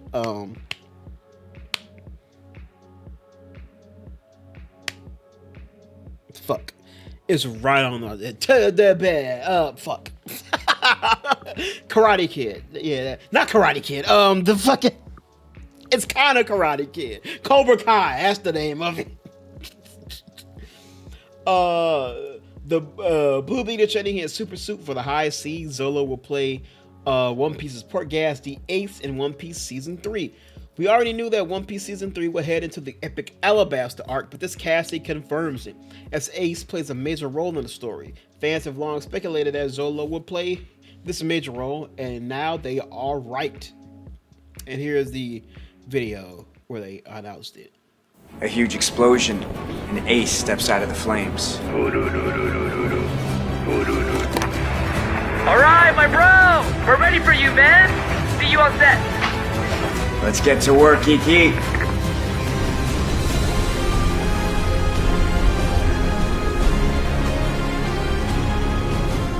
So does this guy ever wear a shirt, or? Nope. Nope, he never does. I'm excited to see the moment where he's eating and he falls asleep while he's eating and he has to face plant into a plate of food. That's what I'm excited to see. Zolo was previously in the Netflix series Cobra Kai, so it makes sense he was able to easily cross over. One Piece's Luffy, played by Inaki Godoy, even came to visit the set and sparred with him not too long ago. Oh, that's cool. So they already have a rapport. They already have a working relationship. Look away if you don't want any spoilers. Spoilers, I guess. But also, crucially, Zolo Ace fills the role of Luffy's older brother in the One Piece world. To clarify, Ace and Luffy don't show literal blood, but they swore to be brothers as children, and in the world of One Piece, that bond is even stronger than blood. Found family is a key theme, and Luffy and Ace's relationship takes the connection to the next level. Additionally, Luffy's grandfather, Monkey D. Garp, adopted Ace at a young age. Although Luffy and Ace do not share the same parents, Ace is very much Luffy's older brother. Beyond his relationship with Luffy, Ace is an incredibly talented pirate who hailed from a storied pirate lineage. Ace is known as Fire Fist Ace because he can manipulate fire. He can even turn his whole body into flame with the powers of the Logia type Flame Fruit. We can't wait to see Zolo wield Ace's power in season 3 of Netflix's live action One Piece. We can't wait to see Zolo in a scene with Luffy. Let's see, One Piece confirmed for seasons 2 and 3. One Piece season 2 is coming next March. Meanwhile, season 3 is set to go back in production later this year in Cape Town, South Africa. Later this year? Nigga, it's only like a month left of the year. It's only 2 months left of the year. Zolo is the second major cast we've seen since One Piece. Really? The first was Cole Escola, whose cast is Bon Clay. I missed that one. Isn't this the person who was who's writing the Miss Piggy movie? One Piece season 3 cast non-binary actor Cole Escola to play non-binary icon Bon Clay. Did I miss this? No, I knew this, didn't I don't know. I may have missed this. Okay, I didn't know that. What have they done? They probably have it on here. Okay, let me look and see. Now it's gonna play. Okay. Yeah, who are they? I don't know this person. Cole Escola of Oh Mary fame. Oh Mary took Broadway by storm this year with its iconic drag queen retelling of the story of Mary Todd Lincoln. Cole wrote, created, and originally starred in Oh Mary. They went on to win Best Leading Actor in a Play, making them the first openly non-binary person to achieve this honor. Okay. Just to make sure I'm not tripping, they are doing the Miss Piggy. They were the person that they said was writing the Miss Piggy movie, right?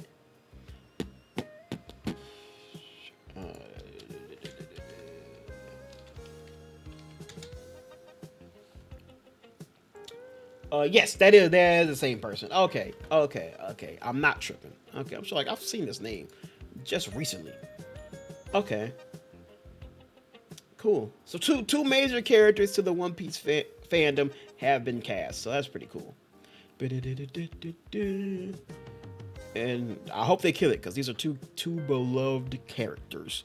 Seriously, I fucking love Bon Clay. Bon Clay was the shit.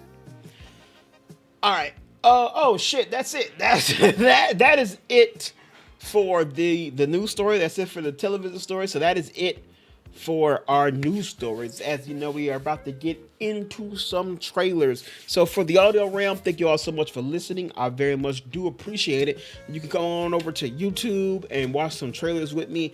If for that, thank you so much for listening. I very much do appreciate it. Until next time, audio world, I will speak to you all next time. Always remember to stay watching, to stay playing, and to stay awesome. And until next time, always stay safe. Goodbye. I fucked up my intro, but we ain't gonna worry about that. All right, y'all. Y'all already know what time it is on YouTube. We about to watch ourselves some trailers. We got quite a bit of them to watch. They got like 5 and 6 each or something.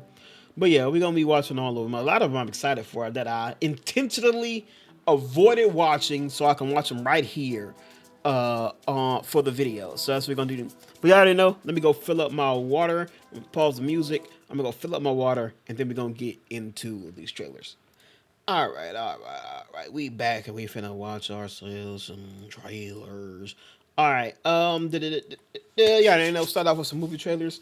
We got a re-release of Kill Bill, the whole bloody affair, which I believe is both Kill Bill movies in like 1 4-hour fucking go.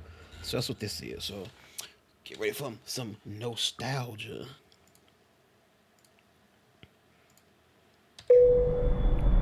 Once upon a time, around the year 2003, there began a legend of bloody revenge.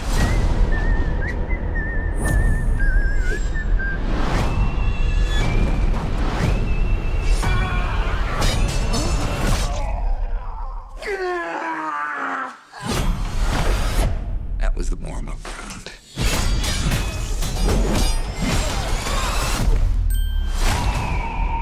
You and I have unfinished business. Baby, you ain't kidding. That woman deserves her revenge. And we deserve to die. You didn't think it was gonna be that easy, did you? Yeah, I kind of did. Hi.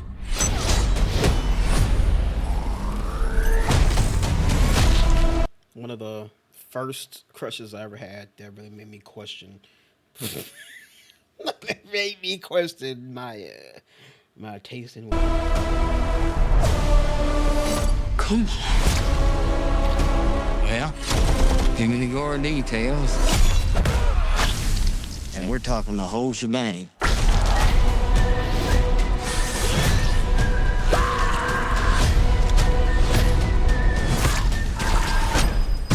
Oh, they got a little anime backstory. I've killed a hell of a lot of people to get to this point.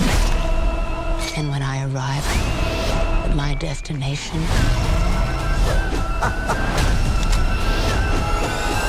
I am gonna kill Bill.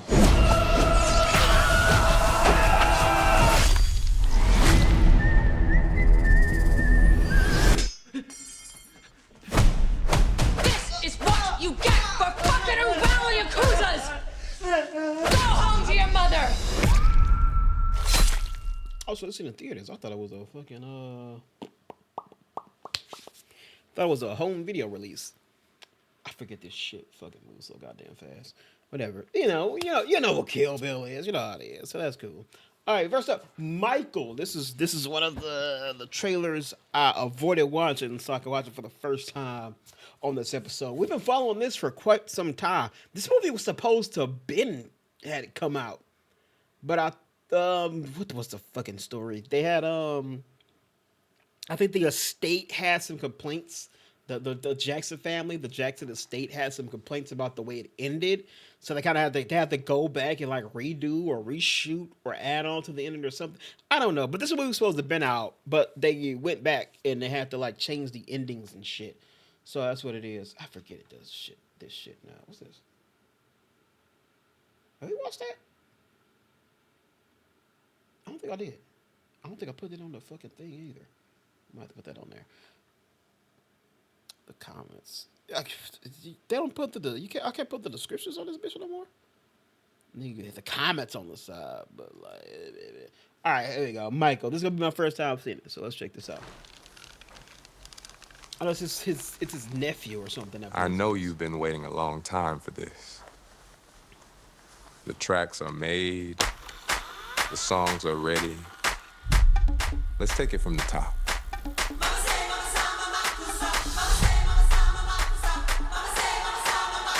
This is your story.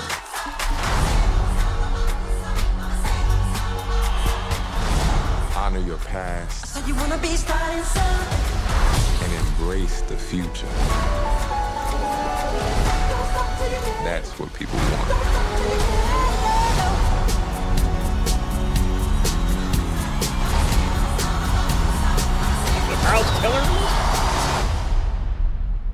Q, can you lower the lights for me, please? Okay, but remember, in here, keep those feet still, my man.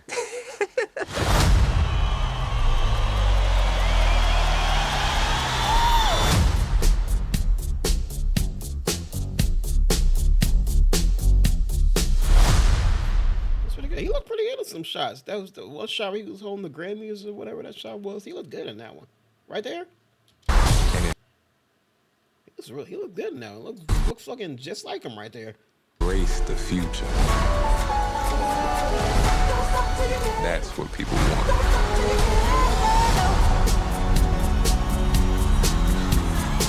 I am interested. I gotta look back and remember what the fuck the whole thing was. Why this movie was delayed so much. I can't remember what it was. Michael, April 24th. Okay, Jafar Jackson. Jafar Jackson, Neil Long. Know you all in this? Laura Harrier, Julia True Valdi with Miles Teller and Coleman Domingo. Did I miss Coleman Domingo? I don't think I saw him. Is Coleman Domingo Joe?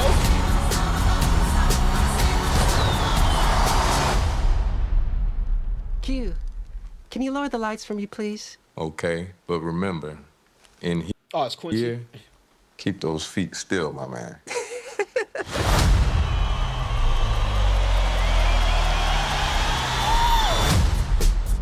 I'm glad it's finally fucking coming out. I will say, because I think I talked about this not too long ago, of the fucking string of music biopics that have been coming out as late. I understand for the longest time, I'm like, God damn, no disrespect, but legitimately, where the fuck is the fucking biopics for the black artists, bro? We just had, like, what, 4 or 5 fucking music ones back to back. It was the fucking, the Elvis one.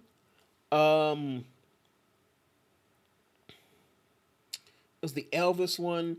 The new one just came out. Jeremy Allen White was in it. Bruce Springsteen. The one with the Elton John one. What's his name was in one too just now.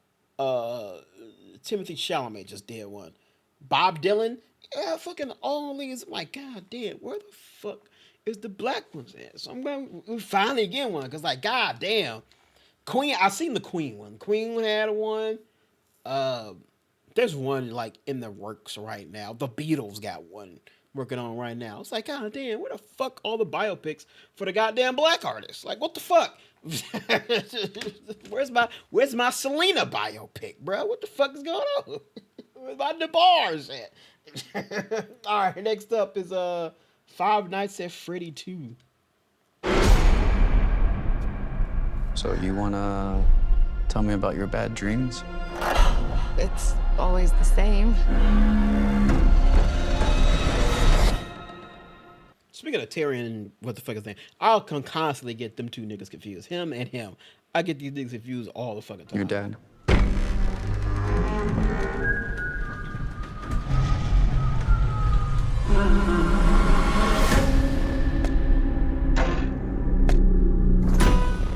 We're never gonna be able to move forward until you deal with some of the mess you left in your head. My father was a monster. You know that. Everyone called it an accident, but it wasn't until years later, when those 5 children went missing, that I knew she was murdered by him. Are you ever gonna go back to Freddy's, I mean? I think my sister is here.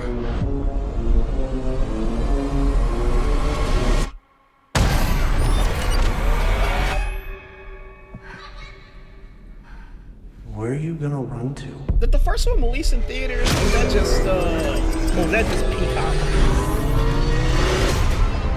What do they want with my sister? Half of this town will be dead by morning.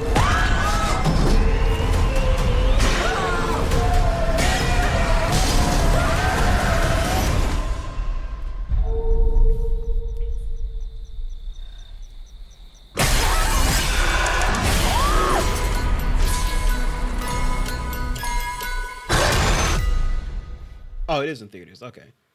Now I remember I seen the first one. It wasn't blown away. Granted, I've never been a fucking Freddy. I've never been a Five Nights at Freddy guy. I never played the games. I was never interested in them. I mean, I watched all the fucking. I watched a lot of the damn game theory videos about the lore and the mystery and shit. But I never cared too much for them. Ain't nothing to talk about there. All right, moving on. We got I was supposed to look this shit up. I usually look up and see, because, like, Netflix and shit, they drop the trailers, but you can never tell if it's a damn show or a movie. I was supposed to look that up before this, but I didn't. So here we go. Man versus Baby. Hello? Sorry to bother you, sir. We're making inquiries about a missing baby. A baby? A misplaced baby? What do you mean, Dad? What are you doing, Trevor? It's a bit of a long story. I rang earlier about a baby that was left behind at St. Aldwyn's School. Let's start with your last name, sir. It's Bingley. So the name's Mr. Bin, is that correct? Well, it's Bin and then Glee. Got it. So Bin's your first name, Mr. Glee? Hello? Time for Plan B. Oh, hello. It's Trevor Bingley from House Sitters Deluxe. We are naturally looking for a highly responsible individual with maturity. Right, yes. Sorry. It's the season to be jolly. La la la la la la la la.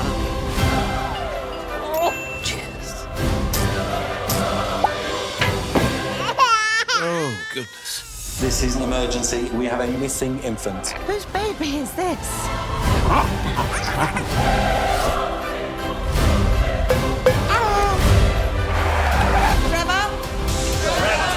No. I'm afraid we have a problem.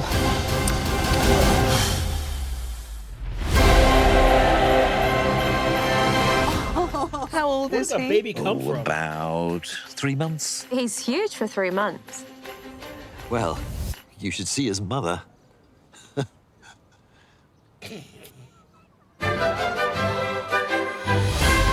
that was the first funny joke in the whole trailer. Gave me at the end. I like Rowan Atkins. I get his name confused with the other guy. Yeah, okay, Rowan Atkins. I get his name confused with the voice actor, Rowan Downs. I forget his fucking name. After a job looking after a high-tech mansion ends in disaster thanks to an irritating insect in Man vs. Bee, Trevor Bingsley has left the stressful world of house sitting for quite a life of a school taker. That is until the lucrative offer to look after a luxury London penthouse over Christmas proves too tempting to resist. But on the last day of term, when no one comes to collect the baby, come to let the baby Jesus from the school nativity, Trevor finds himself with another undersized and very unexpected companion. With a penthouse to protect and a baby to birth, will Trevor be able to have a calm Christmas he hopes for, or will festivities descend into chaos? Man versus food. Now you got man versus baby. All right, I think the final trailer for The Running Man. Well, I mean, it looks pretty damn cool. I'm actually interested in this movie. Welcome to The Running Man. Survive the world's deadliest game show. Walk away with $1 billion. That's actually not true. No one has ever survived. We know a way to beat it, but we have to work together. The biggest underdog win in game show history. Okay, you ready? It's gonna work. I can't just let you win this game. I need weapons and a disguise. Holy shit. Is that C4? BFE. Big fucking explosion.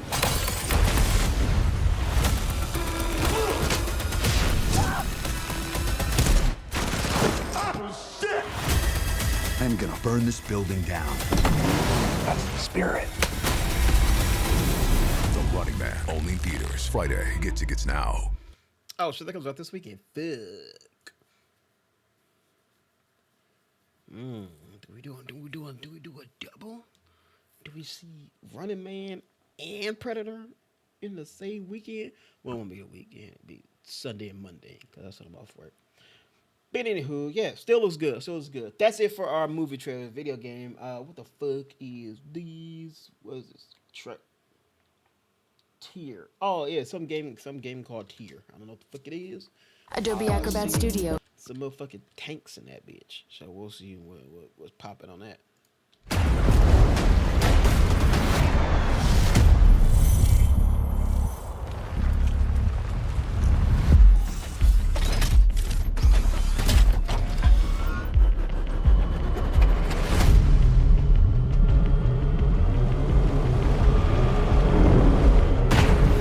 Reminds me of the tanks from the Cybertron game, the Transformers games.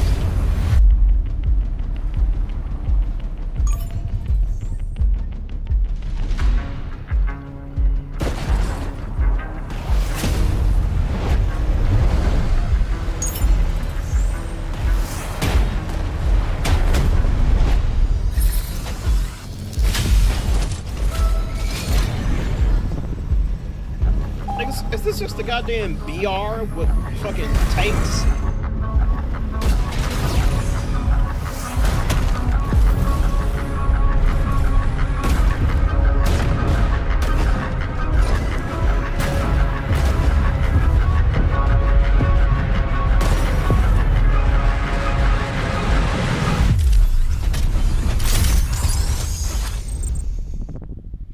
On a private play test. Nigga, what is this? Take a look at the tier announcement trailer for the upcoming free-to-play multiplayer tank shooter where strategy beats reflexes. Interior teams of 8 face off in a strategic vehicular combat. Okay, it's a team deathmatch thing. Piloting a roster of specialized armored vehicles that each bring unique capabilities to the battlefield, from teleportation-style movement to sonar pulses and devastating ram charges every vehicle. So it's a hero shooter with tanks. Okay, cool. Next up, Enshrouded, Wake of the Water. Wake of the Wooter. Best Buy has... God damn ads. I have seen prophecy, and it falls to you. This is the age of decay. This is the moment of awakening.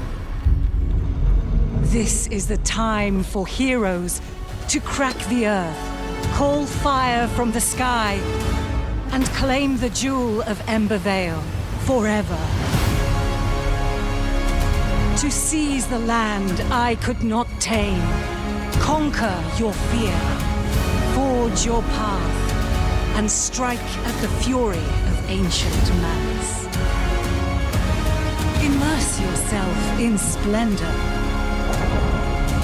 but do not trust in the deep. Pierce the shadows at your peril. And remember, the brighter the lure, the sharper the hook. The secrets of Vale Water will not surrender easily, for only the worthy can take back a kingdom. Flameborn, glory must be earned, myth and legend. This looks like if Fable had an MMO. It looks like a very kid-friendly kind of MMO. Must be built from ember to empire. Rise, ignite, and command the waters.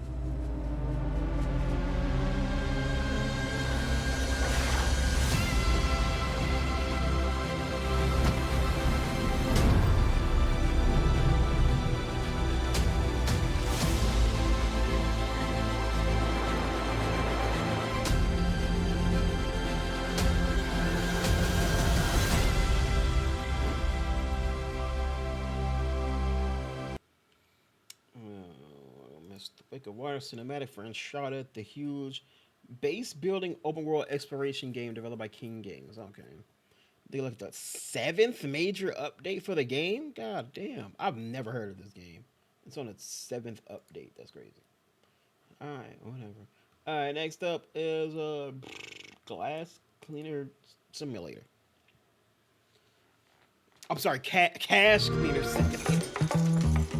Can't like Glass Cleaner Simulator something. Oh, Mr. Fresh. You're probably wondering how you got into this mess. Let's back it up. The thing is, you owe good money to some very bad people. So now you live here. Be a good boy and clean some cash. Make the clients happy and I'll take good care of you. And remember that big loads go into the big machine. Don't forget to dry everything off. Then it's time for a detailed inspection. Whenever you have a little extra, don't forget to pay the pig. At least you aren't working for nothing. And these days, you can buy anything with crypto. You aren't here by choice, but you might as well be comfortable. Make yourself the perfect vibe. From such humble beginnings, just think of the places you'll go. I mean, with the business, of course, you're not allowed to leave. Or maybe I'll just let you burn! So you're legitimately See, cleaning money. a good boy does what he's told. You'll be cleaning cash on Xbox, so don't keep me waiting. Wishlist now. What's up with this strangely like dominatrix sexualized voiceovers? Anyway. Witness the money laundering simulation you never knew you needed. This isn't a power wash, it's a shady business. Your mission: take the profits of your contacts and meticulously transform the dirty, damaged banknotes into squeaky clean. You're legitimately just cleaning money. Okay. You know, like I said, I can't hate because fucking Power Wash Simulator 2 just dropped, and I'm fucking loving it. All right, Agefield High. Rock the School. Don't know what this is. When you shop in the Albertsons. It's not that. I know that. Enjoy the first story trailer for Agefield High, Rock the School, which wears its bullying inspirations very clearly on its Letterman jacket in this early 2000s set America Pie era open world high school game from developer Ruffagem Games. It's due out for PC via Steam in early 2026. We'll listen now if you're interested. 2002, and 3 friends decided not to leave school as losers. Good morning, everybody. This young man right here is our new student, Sam. There's Hale Baines, the guy who thinks college is for chumps. You're the new guy, huh? What's up? Axel Philly, the wannabe rock star. I got an F in English. And you, Sam Tatum, the new kid. So we can have the party, but my mom cannot find out. If she does, she'll go ballistic. They made a plan to rock the last few months at school and leave their marks as legends. They want to indoctrinate me even more into a boring fucking life and work 9 to 5 like some sort of mindless zombie. Fuck thinking about college, dude. We need to stick to our plan to rock the school. But there's always something or someone getting in their way. Overbearing parents. If you don't get into college, I'll throw you out of my damn house. Perverted teachers. You messed with the wrong one. Nosy neighbors. There are aliens in the forest, in the countryside. Not to mention Seth, the most popular guy at school whose life mission is to make yours miserable at best. So you think you can move to my town, come to my school, embarrass me in front of my friends and ruin my party? Sam, you have to go now. My dad's gonna kill you. I'm serious. I hate But that doesn't hold these guys back from trying. Whose panties are those? Play as Sam Tatum, who saves the day in this rule-breaking coming-of-age adventure. Explore a fully decked-out campus and quirky small town in this open world inspired by the early 2000s teen movies. Do you really think you're the first students to try to get into my pants this way? Her dad brought lipstick home from his trip to Mexico, and now they all look prettier than ever. God damn, these animations is kind of ass.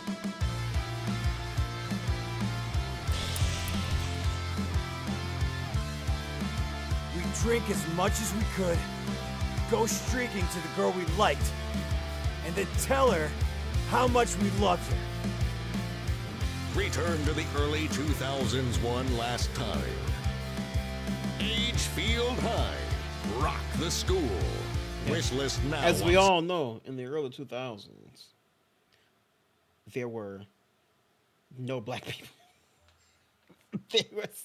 Black people were outnumbered 10-1 in the early 2000s. I don't know if y'all remember that, but I swear to God, this whole trailer I saw like 3 black people. That was it.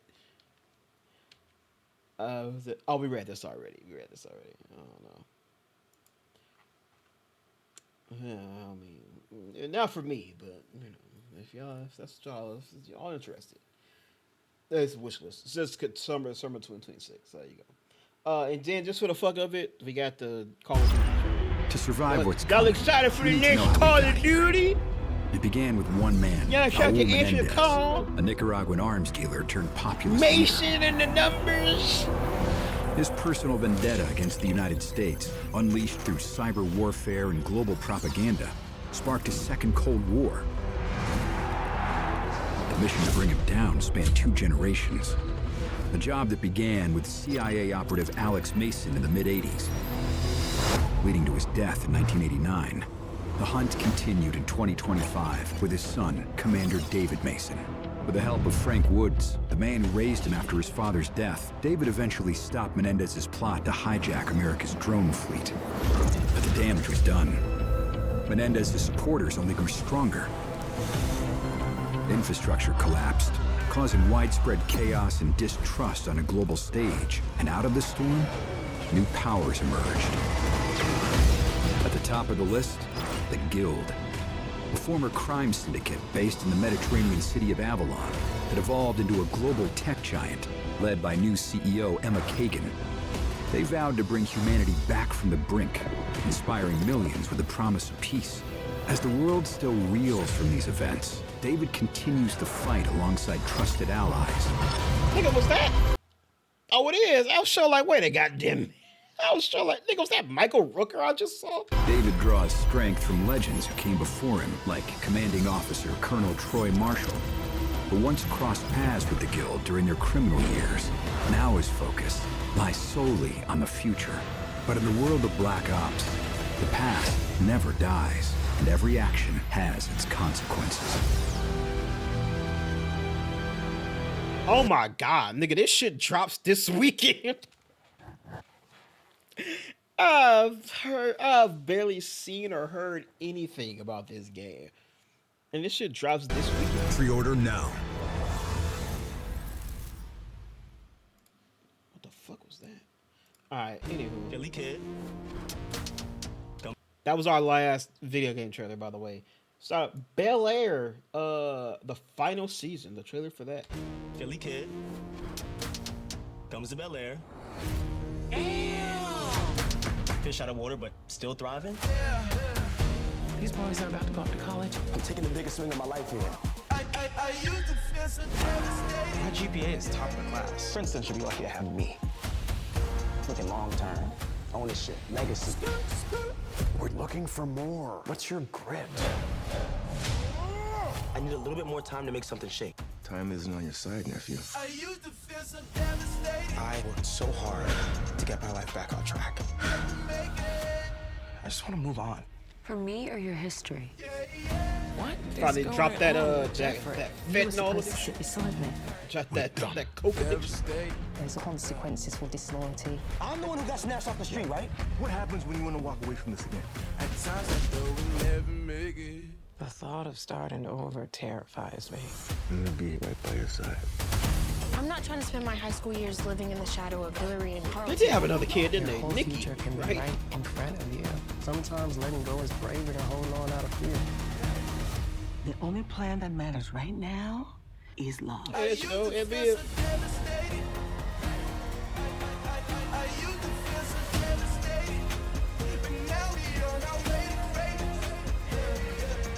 Don't be afraid to let your life get flipped, turned upside down. And embrace the change ahead.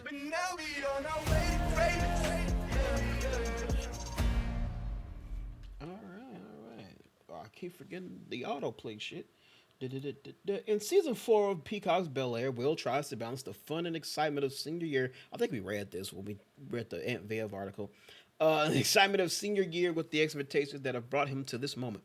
Carlton tests his own resolve that he deals with the fallout from some very big decisions that could threaten his future.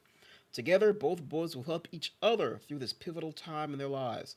An unexpected power shift will threaten the brotherhood between Phil and Jeffrey, whose loyalties to the Banks families will be tested. Viv struggles with reinventing herself as she looks at motherhood from a different perspective. It's Ashley's freshman year in high school, and she's working through a rebellious phase, but quickly learns that the status quo may no longer serve her. Hillary goes on a journey of self-discovery. She just gets that in the one little sentence there. Like I said, I watched like the first couple episodes of season 1, and I actually enjoyed what I watched back then. I never got back into the show because Peacock has kind of been off and on for me of late. But I don't know. You know, I might check it out now. Now that your boy is your boy is doing a little bit more sailing the nowadays with these goddamn prices. And doing a bit more sailing, sailing the 7 season shit. All right, the Wonder Man clip. This is another thing I avoided until we got here so I could watch it. The entertainment world is stunned today after filmmaker Von Kovacs sprung out of retirement to sign on for a remake of Wonder Man. There is an opportunity to reimagine a whole genre of storytelling. Because so far, exactly the same as... I need to be in this movie. I was born to play this character. Come on, Simon. Do you know how many people went out for those roles? This role, this movie, every day. If I get this close and I miss,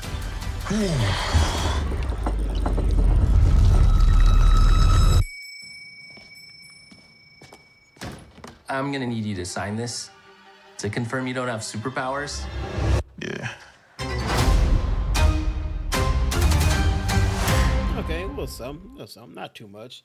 Give a little tease of some powers and stuff. I'm interested. I mean, not excited, but I am interested to see what this show does and where we go and where does it fit in the MCU, especially now because this multiverse saga is wrapping up, but it's still in like a super weird fucking spot. All right, next up is The Night Manager, whatever that is. I see Tom Hiddleston.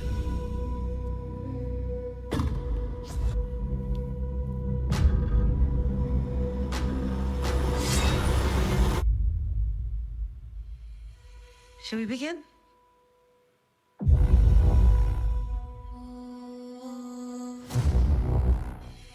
Is there anything keeping you awake at night?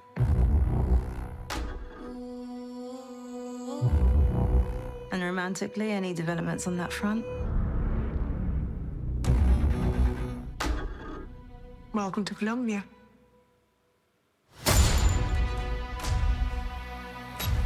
A lot of intelligence officers come through this room. The ones I really worry about say nothing. And then one day, they explode. Tell me who you really are. I am the man who will not explode.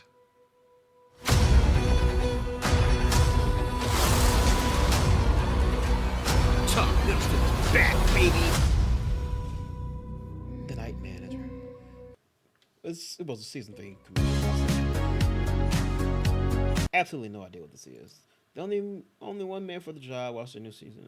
Okay, still don't explain. Granted, it is season 3, so it's like you know what this is. All right. Next up, there's the Stranger Things spinoff announcement trailer. Stranger Things 85 or whatever the hell it's called. When we started talking about, was there anything else we want to do with Stranger Things? This was one of our first ideas.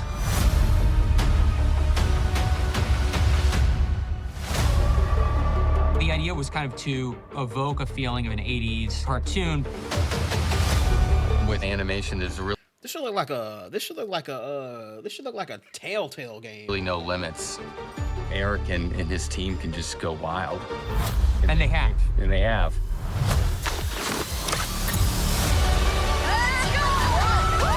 What we've been able to capture is the magic of Hawkins in a new way. So our story takes place between seasons 2 and 3, but we soon learn that nothing is quite as they thought it was. So get your flashlight, get your backpack, because it's gonna be amazing.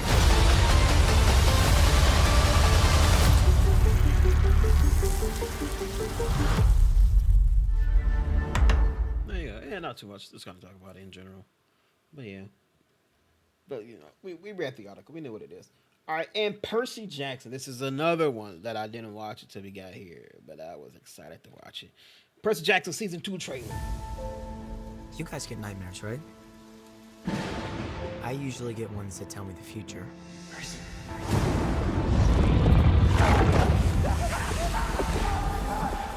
Or try to kill me. My name is Percy Jackson. Didn't have the dream? About Grover? About camp. The danger the camp is under is greater than you can possibly imagine. What about Grover? You know where he is? The Grey Sisters see all. They only have one eye. Look who's talking.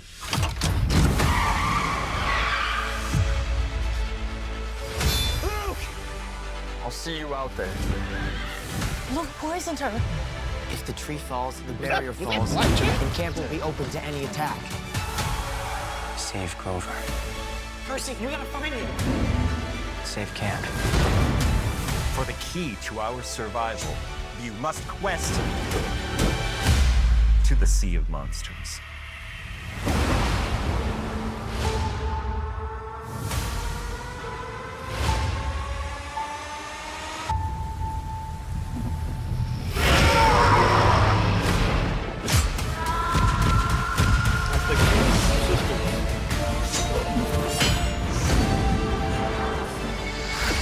Australia? They take care of each other. That's what real heroes do. Kill the son of Poseidon. Sorry!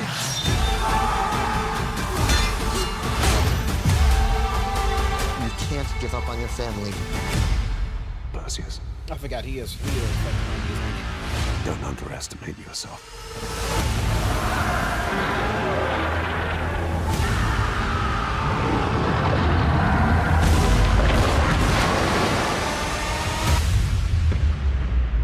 I'm not gonna let some stupid monsters stand in my way.